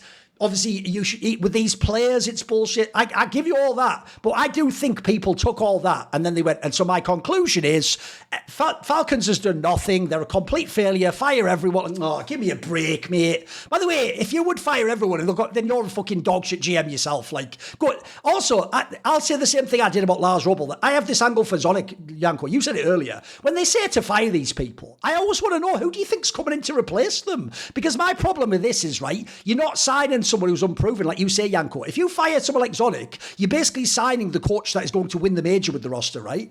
How many of them do you think are available? There's fucking none. So the joke is, every fan right now would be typing in YouTube comments, sign Ash from Gimli. He's never done fucking shit. What are you talking about? Even Ash would probably tell you, your mind, like, no, let me do that in like 2 years or something. Like, he hasn't got experience winning championships. Remember, when you coach NiKo, honestly, obviously you're not telling him how to play the game. That's what he's doing with his players. He's teaching PR how to adapt, how to play in a big match, how to play when he's playing badly.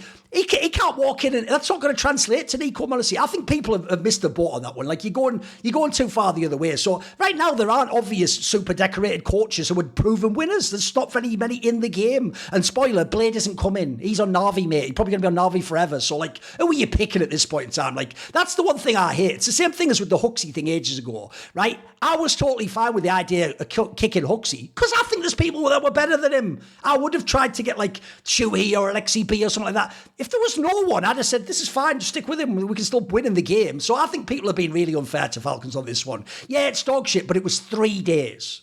It was 3 days. In fact, I'll make a prediction now. I don't know if this will be the same roster because I suppose he bought Kiyosuke now. Even if this roster went to the next tournament, they'd be in the semis at least. Come on. They'd immediately just bounce back. And also, you mentioned it there, Yanko. This is also where everyone's fucked up narratively. Because you know what would make it awesome that Falcons is shit? If Vitality was still had the win streak, if Mouse Spots looked awesome, Spirit and that... No, what happened instead was we had 3 teams, you all know them, Vitality, Mouse and Falcons. They could only lose to each other until they got to the major and played BO1s. And then Mouse lost both of them and Falcons lost both of them. And even fucking Vitality lost one to a team that's a nobody and never even made the playoffs of the major. So what you're saying is in 5 out of 6 chances or something, all the best teams lost. That's the format, you dickhead. You actually all hinted that one by going, stop playing the format. The format is provably part of why they lost. And by the way, everyone missed me with the worst argument ever. It goes like this. Yeah, but if you played the way you would in the BO1, you'd have lost the BO3. Is this your first day on planet Earth, you fucking moron? Even Vitality has gotten smacked on the first map. They've even lost their own map and won the series. That happens all the time. Like, that is outrageous take. Like, that's not the way Pro CS works. At the top level, you reset between maps. You don't just go... Like, that's why I hate it when you guys do it on the desk, where they lose map 1, you're like, well, if they play like that, they're not going to win map 2. Map 2's their map pick. What are you talking about? Like, that's not even the way the game works. So I hate that take in general. It definitely doesn't apply here. Again, magically Vitality and Mouse are allowed to lose the BO1s because they're in the playoffs. All of a sudden, it's all forgiven. And by the way, spoiler, if Vitality wins the final, everyone will just forget they lost that BO1. It won't even fucking matter. They'll have won all the series anyway. It'll just be a series streak. They'll be on 33 or whatever, 34 series in a row won, won't they? So it was a good topic, though. Obviously, everyone wants to talk about Falcons. It's all good. I've got an easy one, though. My bad point is simple. It's so fucking obvious. I haven't... Oh, go on. I haven't done Oh, sorry, you didn't do yours, right? Yeah, his ties into it, though. Go on. Yeah, it ties into it, and I just had to make this the topic as soon as I knew Yanko was the guest. Like, actually, I don't usually make my topics more than a few days in advance, or maybe even the day of, actually, because I want to see everything up until that point. But... Yep. As soon as Yanko was on, and after the Falcons disaster, I had to bring this one up because it just became, and we did already touch on it, but I think it needs to be addressed in some capacity. Is just the consistency in NiKo's choke factor at majors. I think that is to me become such a frustrating talking point because in reality, when I tweet something like that about him being the biggest choker at majors, I know this might be surprising for a lot of people, but I actually write that one. I hit send tweet and I'm almost wincing that I know that this is going to actually blow up. This is because it's hard to even go against this one in terms of the historical significance behind every single choke of what is supposed to be the greatest rifler our game has ever seen. It just pains me because it makes telling his story so much more difficult. It's so filled with tragedy that he can be so good for so much of the year that he'll win now, having won the Katowice, the Colognes, all the Blast trophies, so many various ESL 1 events throughout the years.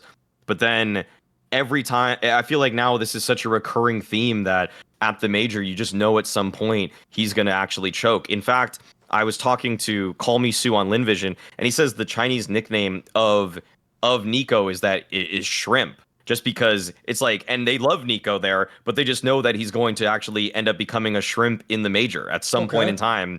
It's so frustrating. But now it's just gotten to the point where it's like the data outweighs the desire to try to like run defense for him, and that's why I wanted to do it while Yanko's here, because I mean, what, like this final map versus MIBR, to have 2 kills at halftime, 8 kills total in regulation, and then even in the loss in Shanghai, like, dude, he had 46 ADR in the losing map versus FaZe Clan on Nuke, and it went overtime. Like, this is supposed to be one of his best maps by far, and then obviously at Paris, I still think that the veto going down to Vertigo is a failed veto by your IGL/coach tandem. Why put NiKo on his worst map? But then he predictably just gets dumpstered by Roy, who's playing for Fnatic. Like, it becomes inexplicable after a while, other than just saying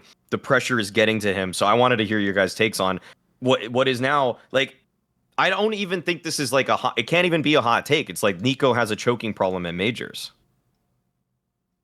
I think it's definitely fair to say that he doesn't, in some of these games, he doesn't perform up to the level that you see from him usually, or up to his average level.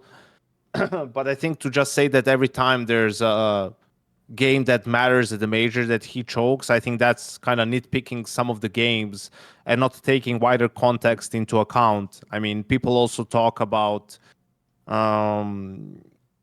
if you go back to Shanghai and you talk about the quarterfinal, which was a close game, right? Like, in that game, G2 loses the first map against Heroic, and then after that they go to Nuke, and on Nuke, NiKo has 2.09 rating, 26 and 13, just completely crushes them in a map in which they lose, they're eliminated from the major, right? But then people will look at Mirage, the next map, where he was, the worst rated player, even though he had impact, but that was the Malbs map where he really delivered for them, and in overtime especially, and closed out the game, right? And I think, for me, in that sense, should he play better on the final map too? Yeah, you'd want that, but you look at some of these games and how they go. The FaZe 1 at the Shanghai Major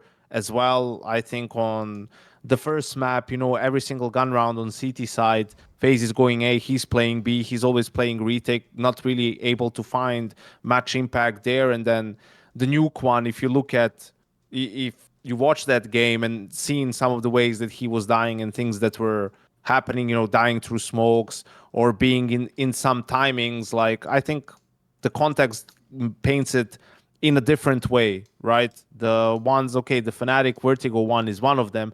The Navi one is another one. I mean, where they shouldn't have never played Ancient. They had Inferno there, and that's a much better map for him, where he's also able to find impact compared to Ancient. I think for G2 it would have been a much better map. But yeah, I think if NiKo has one flaw as a player, and I think it's actually lessened a lot now compared to 4 or 5 years ago, it is that he can get too emotional in games, but that doesn't mean that he gets tilted. It's just, the desire to win becomes so strong that it kind of overwhelms some of the just poise that you need to have in these moments, and sort of sometimes just trying to do too much instead of just letting sort of the plays come to you. And it's very difficult because it's some of the minutia and the details and the smallest of things, but on a stage that big and against some of the caliber of teams that you face at the major, like, that's enough for you to have a bad performance and to get eliminated. Right, my problem with this topic goes like this. I'll make it really quick. Has NiKo had a problem choking in some really big games that ended up eliminating him from majors? Yes, that is inarguable. As you just said, you can go and list off what some of those are. First things first, though, I could make a whole video, maybe I will. Your list was absolutely fugazi, because first things first, you included missing that deagle shot. Are you out your fucking mind? That's a joke. I didn't say that now. I'm almost certain you said that in the tweet that you fucking did on Twitter, true?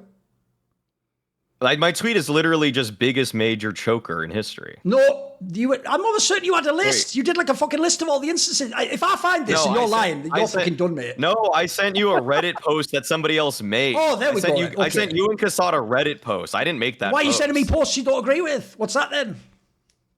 Well, I agree with like 5 of the points. Right, anyway, so first things first, people took your point and ran with it, right? Anyone who's telling me, this is the perfect example, anyone who's telling me him missing that deagle shot against s1mple in PGL Stockholm is him choking. First of all, he didn't even play badly in that final. He missed one shot. He was the reason they were leading the final, by the way, about to like go to a third map against a team that couldn't lose a map at the time. Secondly, the reason I'll use that major as an example of why I actually think this is unfairly framed, though, is this. You know when I say Device used to choke back in the day, it was every time, Maui. Like every single fucking playoff game in the majors, you could rely on this guy except for like once or twice to fail, basically. He would just underperform. He would play by eye test-wise, body language. I've always said with NiKo, it's more like you flip a coin.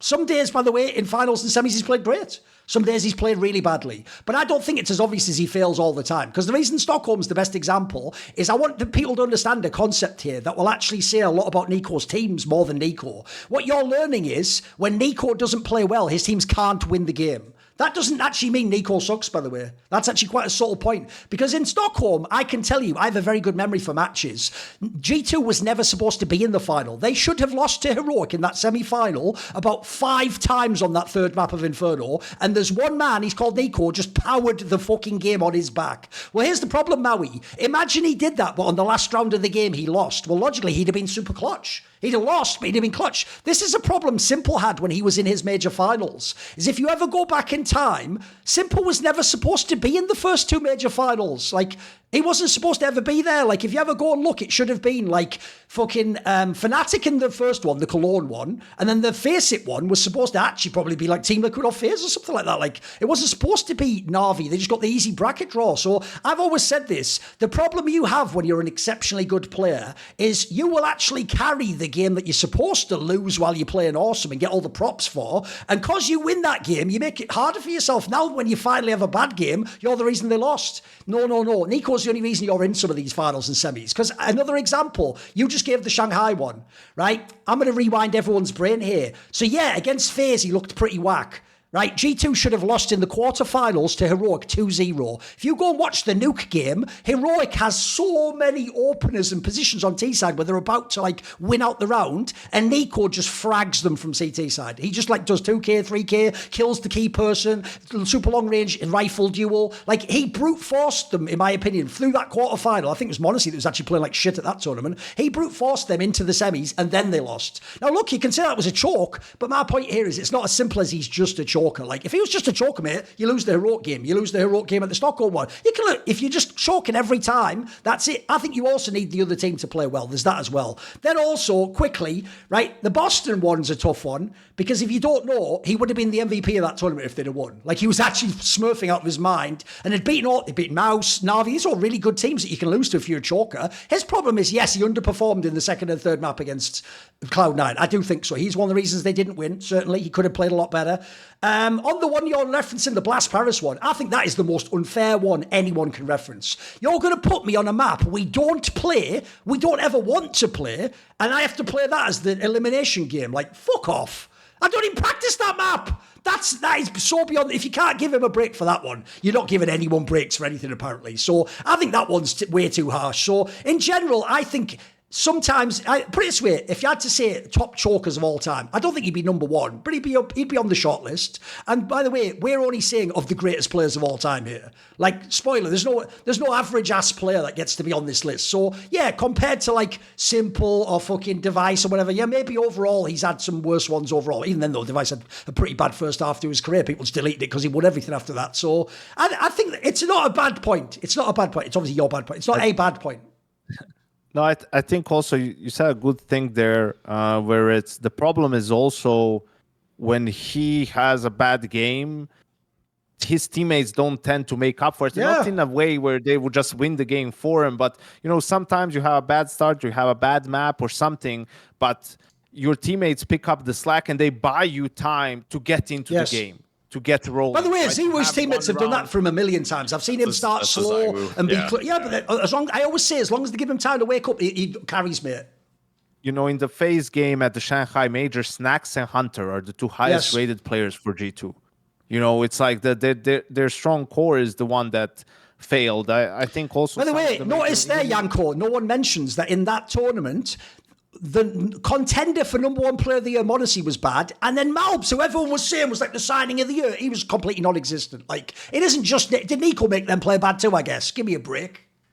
Yeah, and some of them at the majors, the Paris major, they had also best of one losses to Vitality, and then against Bad News Eagles, he drops a 30 bomb. He was sick, right? Like does everything over 100 ADR, and they still lose the game, and that drops you to the O2 bracket, right? Like if you're able to win that, so yeah, I think in that sense, that's the problem where when it happens, they always tend to just straight up go and lose, and there's no opportunity for redemption really in any way. Yeah. By the way, I do think it's accurate. It's a good narrative. It's just I think it's overblown is the problem. Like I say, I think people are ignoring that. Like he had a million other chances to choke and didn't. He just did it in some bad incident. And by the way, when you do that massive list, which you didn't do, Maui, but where people are trying to list how many majors you choked at, there's very few players have even played that many majors. Like, spoiler, let me know when the rest of them get through them all, mate. Like, most people haven't played like 15 majors or whatever. Like, most people have played like 5, so they haven't even had the chance to choke.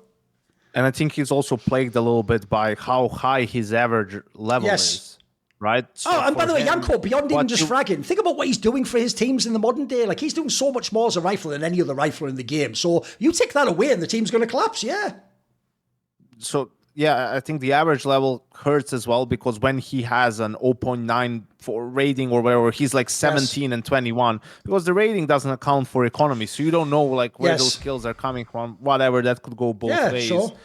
But that's where it would sound like, oh yeah, he was like terrible because in this other game, he was like 24 and 10 and not 24 and 10, 24 and 18. So his rating would be 0.25 more, right? Like the stats are just, we have shit stats in CS. So it's very hard to draw conclusions from them.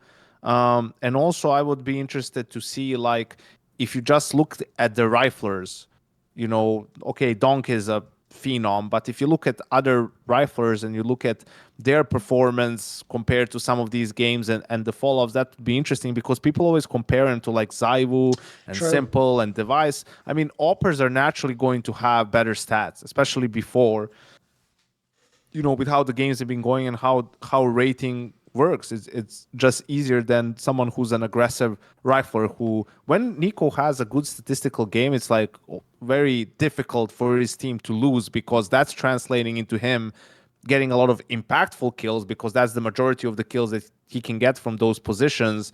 And then, rounds should be easier to win.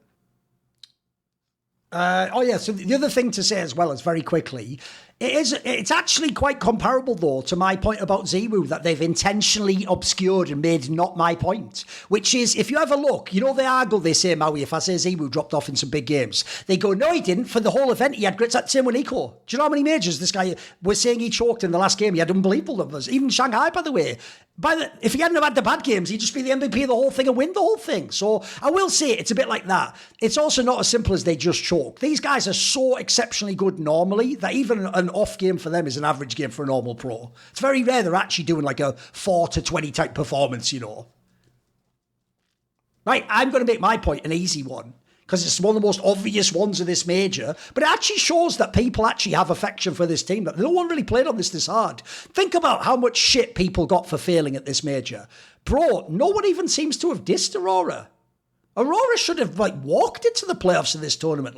You look how much experience they've had. They've been at all the events, by the way. They've had loads and loads of nice scalps and playoff opportunities and experience. You look at their squad, by the way. CS2 is supposed to be all about fragging. They have an excellent set of fraggers. They have one of the maps that they're actually I think having Anubis is still a joker card. It's not as good as it was 4 months ago, but it's still a map a lot of people don't primarily go to, and that even perfectly fits their style of play on T side. I feel like the idea Aurora was irrelevant in this major. It has to be a bad, because even though, yeah, Maui, I know why you made that take. It did look like they were losing a bit of the power a month ago or so. But even so, you look at a major where Payne's making the playoffs, where Na'Vi, who still looks a little bit sus, are making it.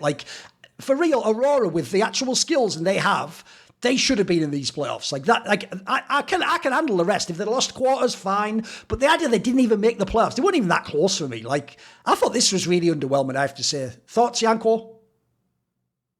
Yeah, it was, especially for a team that's made playoffs every single tournament this year. They were 8-8 coming into the major, and they were able to do a boot camp too, which they weren't during their break. So I had them making it, but I think what killed them was the loss to G2, really, because lose 13-4 to G2, who, isn't in great shape themselves, that sets you up for a 1v2 game versus Maus. And I think there's no shame in losing a best of three to Maus, even for Aurora, but you put yourself in that position by, losing Dust 2 to FURIA and then losing Inferno against G2. So yeah, I think for them, huge disappointment. Also, Major was vocal about it in terms of, they made playoffs at every single tournament, so they expected it. That was the minimum for this one as well. And they've had problems at majors in general. If you notice, majors aren't where they play their best, unfortunately. Yeah, they had in Copenhagen, they made playoffs for the first time ever, and then they didn't make They didn't make it to the Shanghai major. They didn't make the Shanghai major out of the RMR. So, and I think that's on brand for Aurora, because they are a team that also chokes on stage. I mean, they choked on. That was a big problem for them. It seemed like maybe in Astana, they got over that hump. We'll have to see, but the pressure seems to get to them a lot, and then their level drops off. So yeah, I think for them it's really disappointing. I was traveling with them from Astana to Dallas. We were on the same flights and everything. They're asking me about the major, actually their owner and stuff, and I'm like, who do you think is gonna win? And then he jokingly said Aurora. I was like, you guys are not winning. There's no way you guys are gonna win the major. Let's just put that out there. I mean, you could make the playoffs and maybe ruin someone else's day, but you just need to get better to be able to do that. So I think, yeah, definitely disappointing. And the problem is, also the shit that's, the news that are going around with this whole investigation and what's going on about some of the gambling or whatever stuff in Turkey. You're hoping that everything's fine with that and they'll be able to to fill the full lineup next season. Yeah. I mean, this is one where I can't do much else other than just kind of reference the point that I made over a month ago about them not making the playoffs of the major just because it worked out exactly. I just doubled down on it. I didn't even put them in my pick'ems making it through or anything, because I was like, I just couldn't believe that they're going to make it playing the style that they play. I feel like it is, to me, the biggest thing is it's a stylistic issue. I feel like we've talked about it so many times. If you play teams that are out of the top 10 and you have really good players and you play a 4-1 sort of style that feels like it's extremely dated. I don't even want to say it's 4-1. It's sometimes just 5-0. They group up so much more than anybody else, and then they just get flanked more than anybody else. Any little bit of preparation against Aurora, and you know exactly what they're doing every single round. I feel like that's my main gripe with them, and I think that the thing is that they could fix this, in my opinion. I really think that they could fix it if they just turn. I think they use Jota sometimes as that lurk guy, but I think you just make Wycadia lurk or something. I think if you're gonna deathball with any group of people, make it the guy that's the heavy hitter in Xantares. Make it Your Opper usually is in Woxic, and then just like, and then fuck it, send Madru too, because he can coordinate stuff a little bit more. But then I think Wycadia has shown to me to make the best individual Bright decisions. Plus, he has really good mechanics. So even if he makes a bad decision, which he does, he still just hits the shot. I would just send him a little bit more to do his own thing, and then I would just kind of let the other, kind of like the old dogs on the team, like the old pack, just move around. But yeah, losing in this fashion to G2 is bad because they actually lost this game because of their CT side. Their CT side was actually what was so bad for them. But I don't, overall, like, Aurora, I think that like 8 for 8 playoff victory streak was maybe, to me, another thing is that, again, like at the Blast Bounty, I said at the very beginning of the season, when they got into the grand finals, I even just said, like, right there on the desk, right after the grand finals, I said, just if you're an Aurora or an Eternal Fire fan is what I said. If you're an Eternal Fire fan, this is as good as it's going to get all season. Like, it's not going to get any better for you guys. Like, every other team right now is making changes. They're trying to upgrade their roster. They're getting different players so that they can upgrade skill in different places. But then you have your very defined style, which somehow Jota already understands. Like, he already gets how to play like this because it's not a very complex style to play. But if you keep running through this, then all the other teams that have made big firepower upgrades, they're just going to catch up to you tactically. And that to me is what happened at this event. And this is kind of this is the capitulation for what was a fairly accessible read on the deficiencies in the way that they played Counter-Strike. So I'm kind of glad because I pointed to it multiple times throughout the season, and it just sort of happened in a way that I really expected. So I mean, I'm not really too sad about this either, just because if you also take a month off from playing and then go into the next tournament and do the exact same stuff on T side, and when you had the whole time off, then like this is pretty deserved because now everybody's just incredibly used to you playing and you couldn't find any sort of variation that you found comfort in.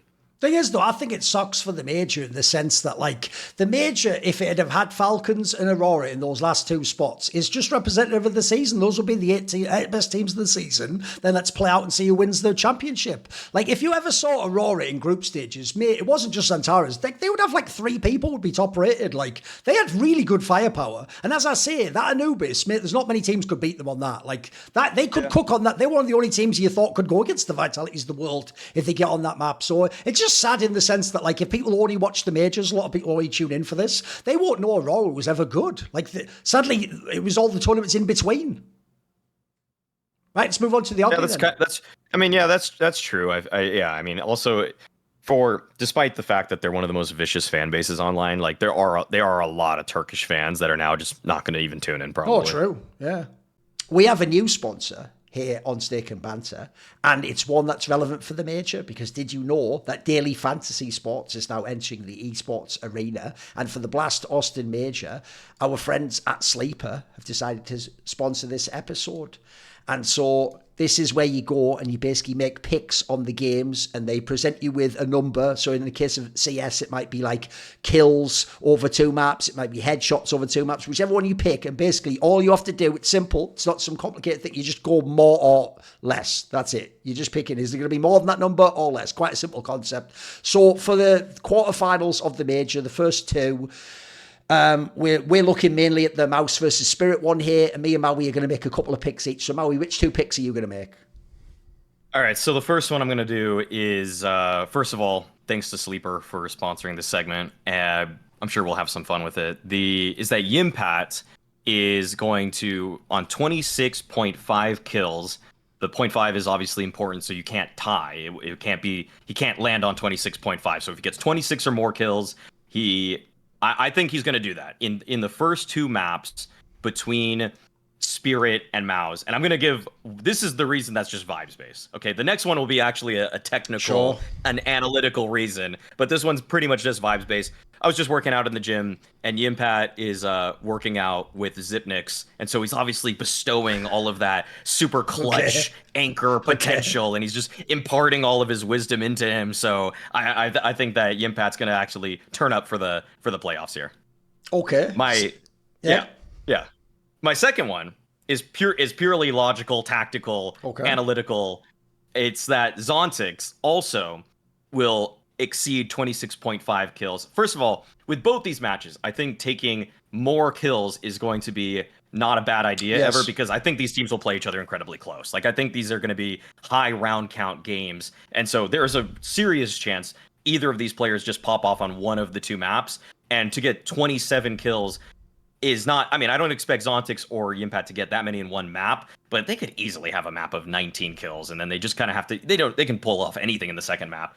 So the reason Zontix, though, I think will get 27 kills or more, taking higher than 26.5, is that I expect Nuke to come up in the veto as one of the two picks. Spirit love to pick it, but Maus like to pick it. It could be a decider, but I have a strong feeling that one of the teams will just end up going for it because they want their preparation to already be involved in the first two maps. Probably, like, if Spirit doesn't pick it, I think Maus will pick it, for example, or vice versa. And the reason I think Zontix will hit 27 or more kills is because he plays ramp, and Maus's most commonly used mid-round strategy when they don't have a good opener anywhere on the map is they just send it ramp. And so I think Zontix is actually just going to clean up at ramp. I think he's going to get multi-kills there. The body shot king is going to find ways to get 2Ks, 3Ks. Okay, I'm similarly going to pick from both teams for this one, because similar to you, I actually expect this series could be like a really, like, both maps go the full distance, especially because, like you say, the maps that they actually play, I think those are ones where you can run up massive CT sides as well. So I actually think there should be quite a lot of fragging in this one. So I'm going to take a one to be less and one to be more. So I'm going to take as less, I'm going to go Brolan. They're offering 23.5 kills over the two maps. I think if anyone's going to have these kills on Maus, I think that's a good call. Also, spoiler, I actually think Spirit's going to win this game. So I think there's a world where Brolan sort of has to launch himself as one of the entry pack, and he just dies a bunch of times against, like, sick fraggers like Shiro and Donk, etc., who are just going to clean him up. So I think that one's not a bad one to sort of be a bit cynical on. And then the one I'm going to be more positive on is actually, I'm going to say Shiro, even though they're saying 33.5 over two maps for kills, I'm going to say it's going to be more. I'm going to say he's going to get more than that, because I think, first of all, the style of play that Maus play, I actually do think, like, I'm thinking of that nuke they had at that last match. Like, mate, he was godlike on that one. He was cleaning up. He was doing a really awesome CT job. And I also just think to myself, people like Torji, certainly they can get him, but I think he has the style to counter those sorts of players. So if they're just going to rush his positions when he's on CT, Maus likes to play quite up-tempo. I think he can get more. I'm going to say I'm going to be not as favourable to Maus. I'm going to be very favourable to Spirit here, who I do think is going to win this match. Now then, if you want to know some of the features they have on Sleeper, they have all sorts. Like, you can actually, there are like 1,000x payouts you can win up to. So they have crazy, like, amount of interesting value to be gained. They have all sorts of promos that they run, things like protected picks, discounts. They have a thing called combo play, where if you miss picks on your Sleeper entry, you can still cash in with combo play. They have all sorts of, like, group and team chat functionality, so you can actually connect with other fans of teams. You can also, if there's any injuries in actual sports, at least, I thought it was going to happen in esports, they actually void the contest at that point in time, and you don't have to worry. So essentially, like, you don't have to worry that you did, like, more, and then the star player just, like, gets injured in the quarter one or something and can't play. I think in that scenario, actually, essentially, it just gets refunded. The minimum entry amount is only $1. And you can also use it as a way to, like, track your fantasy players and all that jazz. It only takes about 30 seconds or something. It's really easy to make the picks. Fast and safe withdrawals. Has over 30 states in the US that it's operational within. So if you want to take part in this, thanks to Sleeper, please download the Sleeper app to play daily fantasy and receive a match up to $100 on your first deposit with the code SNAKE. It's on the screen. Just the word SNAKE, SNAKE. Follow along with our picks we just made now as the major progresses, and let us know if you indeed succeeded. Right, Yanko, what is your ugly point? My ugly point is the major format and just kind of the VRS in general. And it's double prong. You touched on it a little bit with the best of ones and Falcons Vitality and Maus and everything. It's just at this point in time, we have three big TOs in Blast, ESL, and PGL, and none of them have best of ones anymore. Right? Like, everyone just runs best of. You have Swiss with PGL, you have the 18 groups with ESL and Blast for their opens, right? Rivals are all best of threes. It's like, it's become the standard, it's become the norm. Then we come to the supposedly biggest tournament in our calendar, and we're back to best of ones, right? And I think it's just with MR12 and the current economy, it's just there's too much volatility in a single map that it's unfair to the teams who put in the work, who put in the time, not to even mention the map pools, right? Where Yes. your map pool doesn't get tested whatsoever in a best of one. You can never get punished. You're always going to get a map that you're at least to a good extent comfortable on. And it's just crazy that that's still something that we have to endure as viewers as well. It's like, yeah, of course you'll get more upsets, but I mean, what, you could also cut down the basketball game to 1 quarter and oh yeah, I mean, crazier things can happen. Like, is that really the way we want to get things done? And probably the reason why it's best of ones is maybe connected to the second part of the majors format is, what are we doing anymore with these stages? Like, are we going to have 7 stages, 3 years from now? We're going to have 100-team majors? It's like, this was like it's kind of bad to begin with, even when it was Cologne and Cat, but it's only for 2 days, the play-in stage at the very least. Here now you have 2 stages pass before the best teams even show up to the tournament. I mean, that's just crazy to me, and it's probably the reason why we don't have best of 3, because who wants to watch Fluxo versus Metasport best of 3? I mean, people are begging for NIP versus AmCal at this point in time. So I think it's just ridiculous to me what it's becoming in terms of just, I'm fine with widening the pie, making the pie bigger so more teams can get in on the stickers, right? Like, especially from regions that are not as represented. But let's change the format. Let's make it so you have 4 groups out of 8, for example, and then you run a different format where, Vitality is in that group, but so are Chingiz Warriors. And, maybe they can make the playoffs, or maybe the playoffs features more teams to begin with, whatever it is that you want to do. But they will have to play some of the tier 1 teams, right? Like, not just battle it out amongst yourselves to then get to the tier 2 stage of the tournament, to then finally get to the tier 1 stage of the tournament. I mean, I think the format is just terrible. And I know the goal isn't for Valve in the major to find who the best Counter-Strike team in the world is. Like, for them, it's just not promoting the game, but giving something to all of those who play and enjoy Counter-Strike. It's sort of a celebration of the game, but I think we could celebrate it in a better way. And it ties to me, the major ties to the VRS, because now the MRQs are not going to be a thing.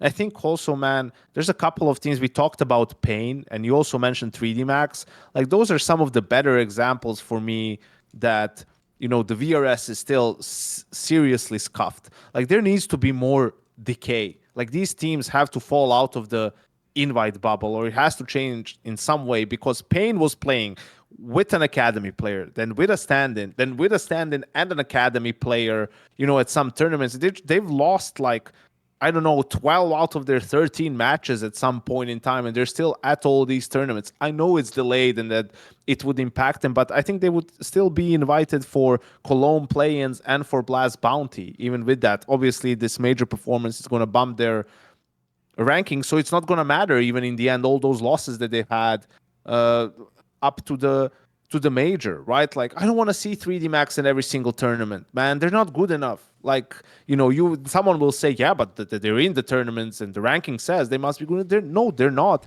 And actually, that's what makes these PGL tournaments really exciting in a way, because you had Astralis and you had NIP, for example, in Astana.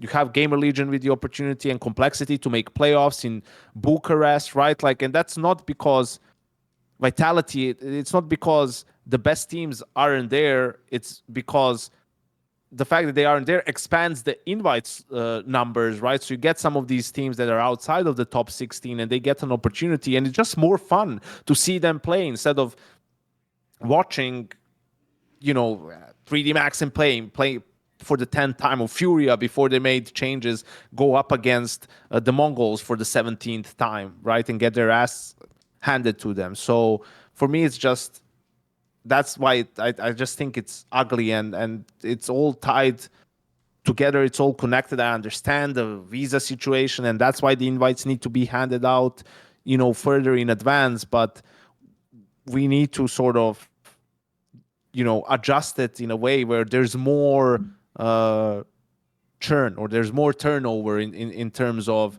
which teams we see outside of the obviously top 6, top 8 teams that are going to be there because they're the best. Yeah, I mean, I would say that the way that I would find some sort of middle ground for this is that I would keep stage 1 to have BO1s and BO3s only for elimination and for promotion. But once it reaches stage 2 and beyond, I don't think there's any place for BO1s whatsoever. Because the only time that BO1s are used right now in Counter-Strike is for really low tier CS. I'm talking like generally open qualifiers or the regular season portion of ESEA main, ESEA advance, because the skill disparity at those levels is almost so obvious that the winner should be found despite the lower sample size of rounds, even on a middle ground map. It doesn't really matter to me. And usually in those formats, the open qualifiers are one case where it's just BO1s at the very beginning. But that's what I'm talking about. Like the skill disparity is so large that if there's any semblance of seeding, like if it's Astralis versus Los Cogutos, Astralis is supposed to win that, even if it's just a BO1, even though they didn't. Like I'm referencing obviously a famous one where they lost, but like the thing is that in the ESEA circuit, BO1s are used because you get to play a whole season out. You get 14 matches on BO1s. So by the end of the season of 14 matches, you'll know by then, like, did you even go positive? Like if you were 5-9, you're not going to say, these BO1s. It's like, no, you just suck. I'm sorry. Like, but if it's in such a low quantity, aka you play 2 games in the same day, then there's no case that should be made for BO1s in that sense. And it's that anytime there are invited teams to an event due to prior play, the season before them, or a lengthy stretch of results, they should be playing BO3 CS. Like they should be then testing their map pool. And I feel like I bring this point up like once every 6 to 12 months or something like that, just to remind fans why BO1s are so different. But it's just that in BO1s, you get to the middle of both of your map pools. But the problem is that in BO3s, what the top teams in the world are playing all the time, like the top 25 teams or whatever, they're playing BO3s all the time, which includes you have to have 6 maps of play, which stretches you thinner on your time in the day because you have to focus on all of these 6 maps.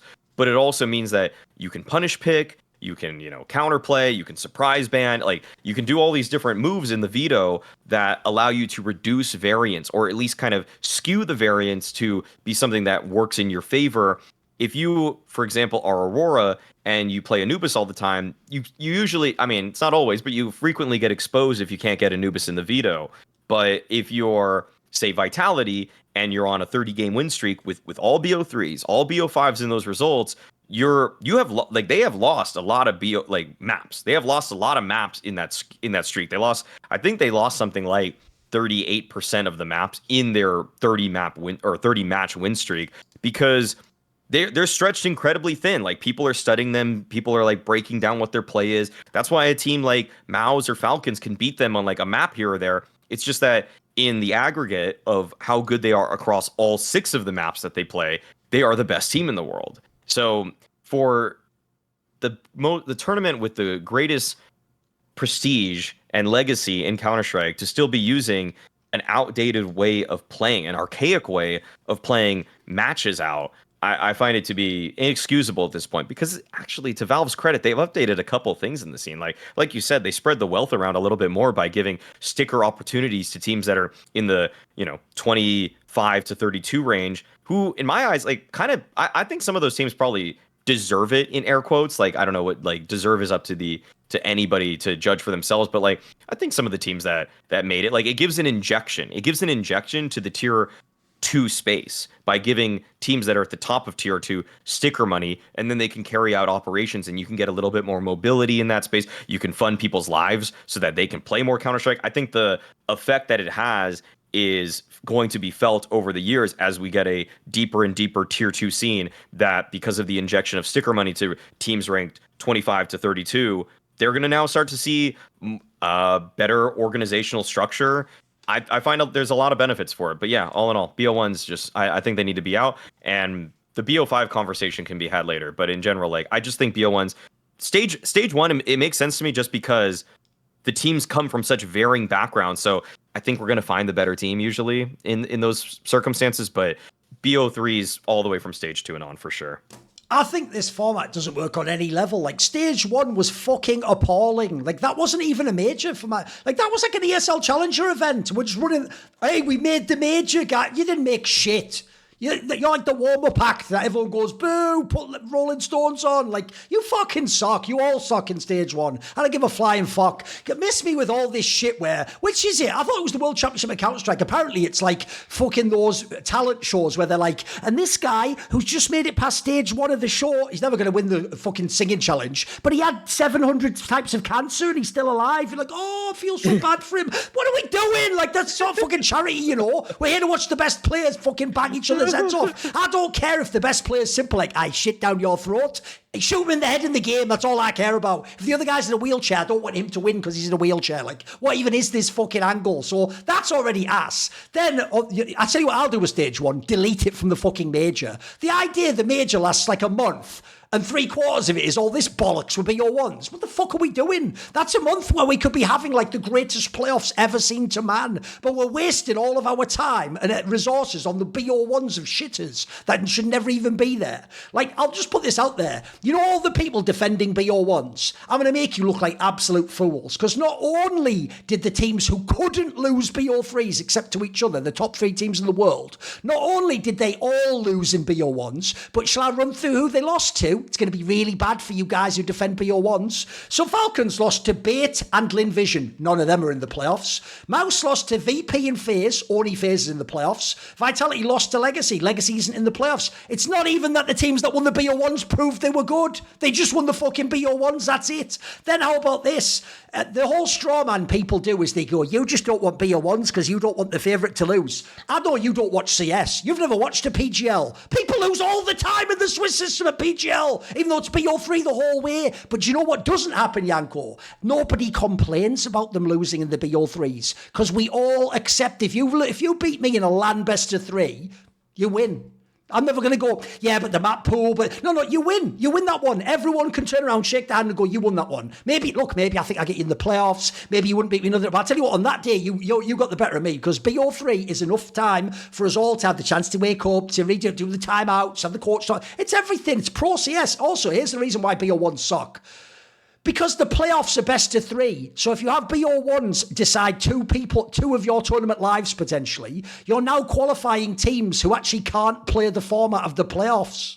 Like, they're really good at BO1. There's no BO1 in the playoffs, so they're shit out of luck. Like, by the way, it would have been bad for Legacy to make the playoffs. They'd have gone into Arena and BO3 probably just got their head banged straight off and been all scared, like, what the fuck? And then everyone would be hating. If anything, everyone's loving them because they didn't have to go to the playoffs and fail. Like, you just got to see them do the little miracle run. And then also, I've said this a million times, but I can now mathematically prove it. You all used to make this argument back in the day, fans. Yeah, but I like the BO1s. It's more exciting. Yeah, ES charts ruined your lives because if you ever go on ES charts, the second you have the upset, and then someone like a Legacy or Lin Vision does play a playoff game, none of you motherfuckers tune in. That's a literal provable fact. Meanwhile, if you have favourites make it, they have the highest rated games. Enough said. So already it's not even true that by the way, if this literally did help the viewership of an upsets, I would have to consider that. It doesn't. I think it actually makes it worse. I mean, spoiler, I bet that Furia versus Pain game, it's only because they're Brazilian that'll have any viewership. That's it. That's the angle they're going to rely on. So I only think that's ass as well. Then I'll just put this out there, like I said before, right? The playoffs of the major last 4 days. The motherfucking tournament's like a month long. I know you all just watch CS, so you're really lost on this one. I've watched Dota 2 the entire time the game existed. And do you know the reason why I always say the international is the best competition? Because the group stage is almost just to seed you for the playoffs, for fuck's sake. You actually, famously in the international format, you only eliminate a couple of teams. You may eliminate like 2 or 4 or something teams, right? And then what you do is you go to an enormous playoff, which is way bigger than I would even ask for in CS. I counted it on the last one. Last year's TI guy featured 21 best of threes in the playoffs and a best of 5 final. I'm not even saying do that much. Just have an 8-team double in bracket or something. If you had an 8-team one, we would go from 7 best of series to, I think, 13. 13 best of series would be awesome. Who wouldn't love to watch that? Who wouldn't? By the way, think of the bracket at this major, right? If I am Vitality, Spirit or Mouse, whoever loses that opening match is unfair. I had to play one of the best teams in the quarterfinals. I'm going to, on my Wikipedia, it's going to say 5th to 8th.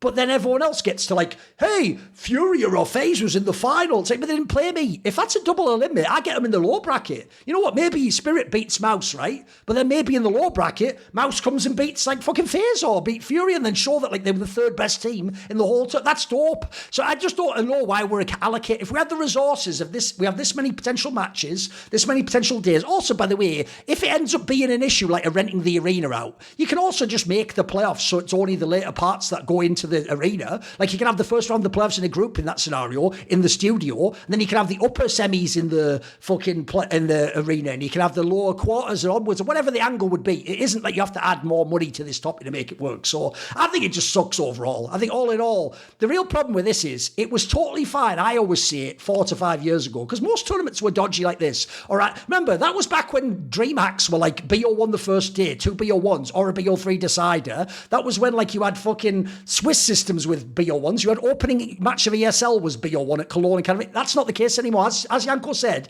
every other TO, and props to every single one of them, has BO3, and they even all now have BO5. We didn't even add that part, but they also have the BO5s. And as we've seen from Vitality's streak, it means so much more if you can win in the BO5. It just does. It makes you the champion more dominant, but also it means like that's why everyone did get hyped, because Falcons straight out the gate took them to the limit in the BO5. That was dope.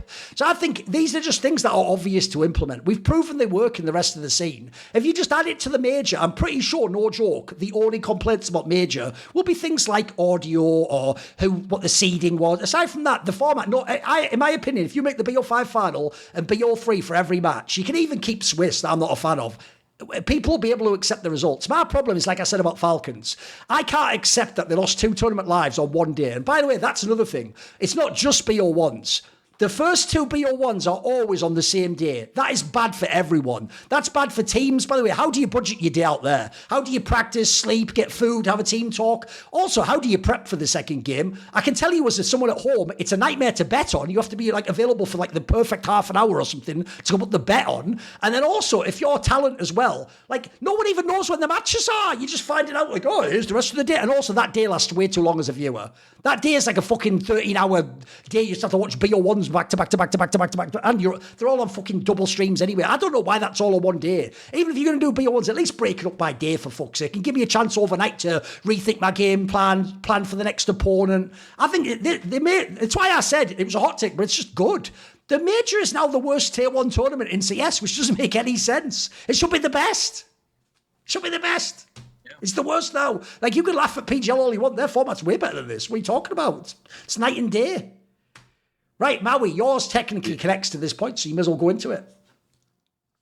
Yeah, I mean, my point for my ugly is, and again, it's not, I mean, I'm not trying to have like a single faceted approach to this topic, but it's that the MRQs are out, which I find ugly. And I'm not putting it bad specifically because I feel like if a scene in a perfect circuit and season, I think if you have results for 5 months leading up to the major, that should be long enough to determine who is and who isn't good enough to play in the World Championship of Counter-Strike. But what I think the MRQs needed, why I think they actually needed to exist in what we have today, is that if you actually look at the teams that were going to be in or not in, especially on the fringe in Europe, it's kind of a mess over there. Like it was like BC Game and Big getting in over some of the teams that made it here, who I thought were better than them. It's just that the rosters that benefit from it. I'll almost put it like this: as a guy, and is like fully disclosing that, like, you know, I was a fan of Big for a long time. I'm not really that same proponent for them anymore, even though I see some bright spots for what they have. I don't think that they deserve to be in the major just because of the VRS points that would have put them there. Like they're kind of the remnants of what the partner league system, why that was so bad for the space. Like I think that, if Big would have been the last team, but I feel like the only reason they had points is basically they got invites to tournaments at the beginning of the season because they were they still had remnant ranking points from like when they bopped their way into ESL and the Blast circuit. Some of the other teams that would have made it though would have been in the European side, Astralis, Gamer Legion, Saw, BC Game. And it was actually Heroic that was barely made it in at 15th, and they were probably of those teams. I think like you would have wanted to see Astralis and Gamer Legion who were near the top. But all in all, I just think that the MRQ actually did need to exist, not in its current form of being an online. That's why it's like there's multiple facets to this. Like I didn't like the state that it was in, where it was just online and it was BO1s in the European RMR or MRQ. To then try to qualify for the major also was bad. But I think there was a middle ground approach here that Valve could have went for that is not like if they could have actually had a LAN, that obviously would have been the best case here. But just going purely off of rankings, the tail end of what we get in stage 1 now is going to be pretty bad for Europe. I think like we're going to see some teams that kind of sneak in there because of some weird results, and we're just going to be like, why the hell is this team even here? Such as like a big clan in this season. But yeah, all in all, I think this whole I just think the whole like going to an invite only system, it's still the VRS circuit is still in a fledgling state for this to be the perfect answer right now. I agree with that 100%. But I've seen a lot of people with this take that the MRQs should be LAN as well. There's too much on the line, especially Ash, right? Because coaches can't even be with the team. In those online qualifier games. But I hard disagree on that because of a couple of things. First of all is we talked about stage 3 teams and who wants to see those teams play. Who's going to watch the teams that are actually in the MRQ play? I know it's the qualifier for the major and there's stakes, but I mean, look at some of the teams that were in there. Like, you're not watching that, especially when it clashes with other tournaments at the same time, LAN tournaments that have some of the big names. And that ties into the second thing, which is even if Valve foots the bill for travel and accommodation, which is the only thing they pay for the major and the prize pool, the TO still has to pay for, the talent and whatnot, all this cost for their staff to run, blah, blah, blah, blah. How many sponsorships do you think they'll sell on like the MRQ to make it worth it for them to sort of produce the MRQ? So I think that would be a hard thing to do too. And sure, people would love it. The people involved, the players and the staff would love it to be on LAN. Well, maybe not even all of them, because some would have a better chance online. But in theory, they would prefer it to be on LAN because it's more, it's the arena in which you would play the major itself. But for me, I agree that it shouldn't have been removed yet. I also think that eventually it should have still been removed, but if it were to stay, it should stay as an online thing.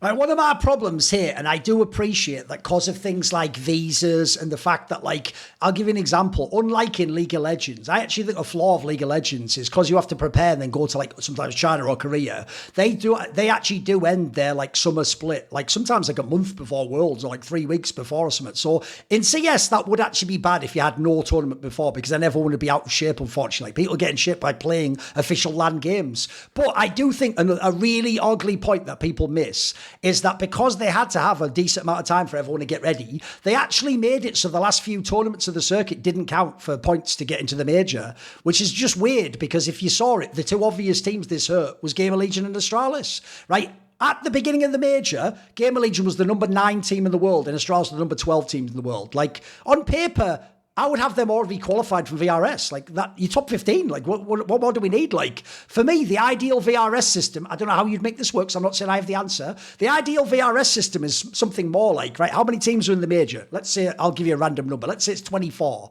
Right, you invite the top 20 VRS teams, problem solved there. Everyone good's in there, by the way. And then you take the last 4 spots, and they're either like regional qualifier spots, or they're extra, they're the randos that just want to have the miracle run and let them qualify that way. So already I felt it sucked, because another thing I was thinking the whole time I watched stage 1 of the major was, I'd rather watch fucking Game Legion Astralis than this. Like, they're interesting teams that actually have players I care about, and I've seen them make runs in the circuit, and they're actually representative of what's good in CS. So already, I don't really give a fuck about, again, some shit story about someone, you know, he dreamed of playing in a major. I don't give a fuck. Yeah, great. Zero dreams of winning the major. Can he have a real fucking major to play? Like, I hate that shit anyway. So the cut-off was already a problem, in my opinion, anyway.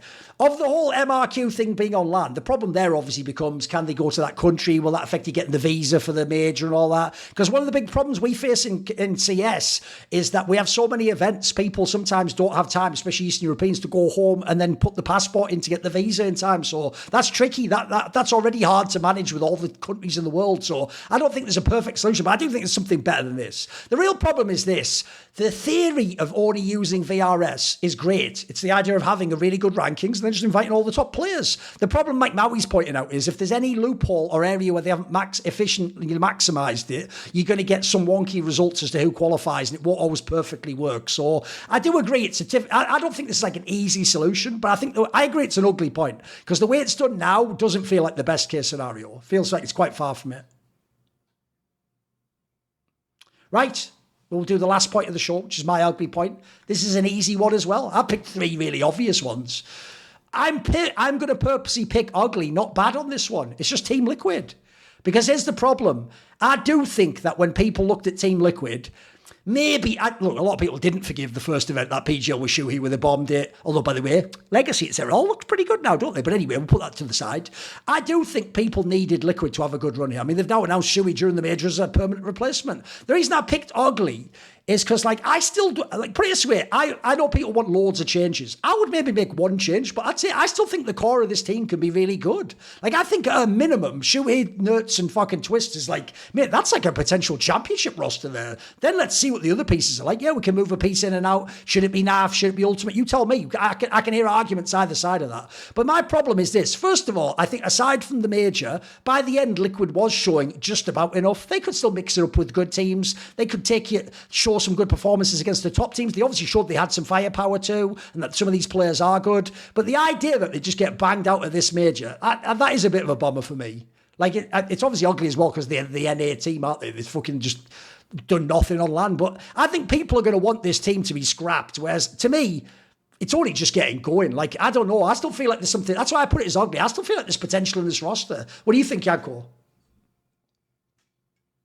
I think Liquid is unfortunately one of those orgs that's been grossly mismanaged in the last, I don't know how many years, even at this point, right? Especially when you look at some of the, I don't want to say budgets that they've had, but they certainly have more than some of these other teams. And you don't need, as we see from Vitality, to have an insane budget. You just need to be shrewd in the market and make the right moves at the right time. And granted, for Liquid, they did get Twists in on a free transfer themselves, which was huge. But I think Liquid just historically has had a little bit of a problem of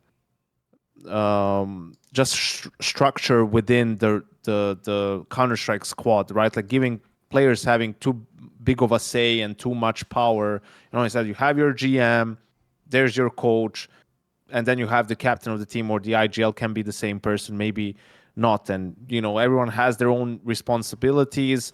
Players answer to the coach answers to the GM answers to the org in that sense of the way. And it has felt, especially since Twist's arrival, actually, there's a little bit of too many cooks in the kitchen, right? Like, and Twist himself taking up the IGL mantle and saying that he has the reins and he's like interviewing coaches and other players and he's making his decisions. Well, I mean, if you're going to do all that, then you need to shoulder some of the blame for the project going bad. And I don't think that doesn't even matter. You just need to accept that maybe you're not ready for that much responsibility yet.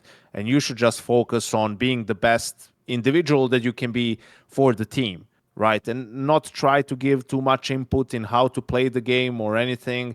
If it's Shui now, however he wants to play, just try to execute that in the best way that you can and play your own role. And there's been a lot of misses before. Everyone remembers the Patsy and Rainmaker one. Then you had Shocks, who was, okay, granted, supposed to replace Nav, who was supposed to go to Evil Geniuses. Then that didn't happen, and they just stuck with him, and it was an abomination of a roster. But yeah, obviously this result, especially on home soil, is a huge disappointment for them. And they have a difficult composition of the team. I mean, you have Nerds, Shue, Twist, Ultimate. All of these guys want to make plays and make moves and everything. And Naf, I'm not using this as an excuse for him. His performance this season has been inexcusable, really, in a way. But when you have that sort of a roster, it's like it can't really be that way, guys. It's also when Elish came into FaZe is why it became more difficult for Brokey too, because you're playing a passive player with an aggressive one. Well, now Brokey, it's always up to him to do probably all of the supporting with just space takers and Frozen for the most part. So yeah, I think for Liquid, they're in a tough spot. You hear that interview from Twist saying they were exhausted, like some individuals were exhausted from the boot camp. I mean, he's sending a message sort of to the org, like what he feels was the root cause of their failure. And I'm sure he wasn't referencing himself when he said that.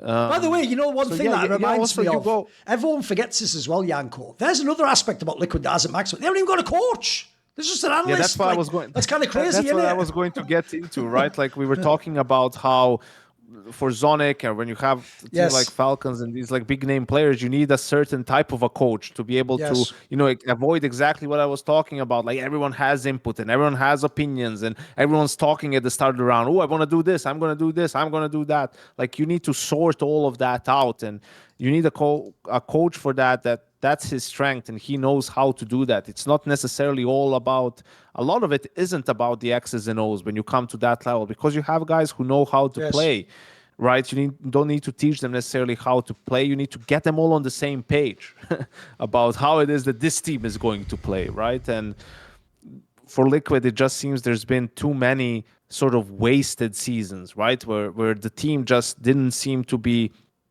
put together in the correct way, and they were never going to be a contender, right? Like it was never going to work out. It wasn't, some unfortunate moments here and there. If they would have just gotten this one win here, then maybe they would have gotten a lot of confidence and it would have turned it around. No, there was never a chance of that happening.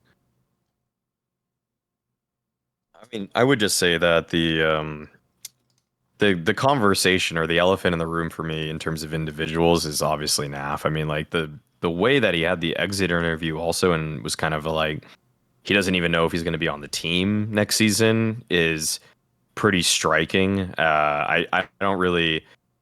I mean, I feel like he needs to also be reminded that he is North American, and then they can just go through the NAVRS if he's on the team. So I don't know if Not anymore. They just got rid of that. I feel there was just an update today where it's if you have the same amount of players from two regions, you don't pick, you go to the stronger one that has more slots. So with this one, they will go to EU. Okay, so then they would have to close change the loophole, then. basically, yes. So they would have to bring an extra NA player for an EU one, right, to keep playing in NA, or they just become an EU team. At that point, it makes it easier to remove him. Okay. When did that change? Just today, also? I think. Just like today or last night. Okay. Yeah. Oh, okay. Yeah, within the last 24 hours.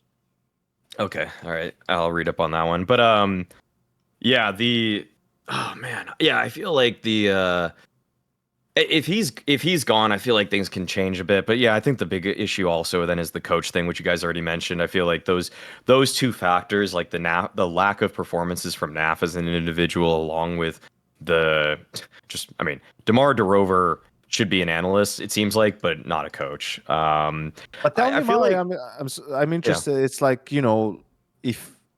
So just off of this one season, and sure, season has a lot of tournaments in it, but isn't it kind of an anomaly that a player that was so consistent enough has such one terrible season, and that you would sort of just off the back of that, like that's enough to remove him? I was holding on to NAF stock the entire season. Like I thought there was going to be a bounce back eventually. This was just the worst that I've ever seen from him. And it was the problem is like the lows were so low that you have to find a way to.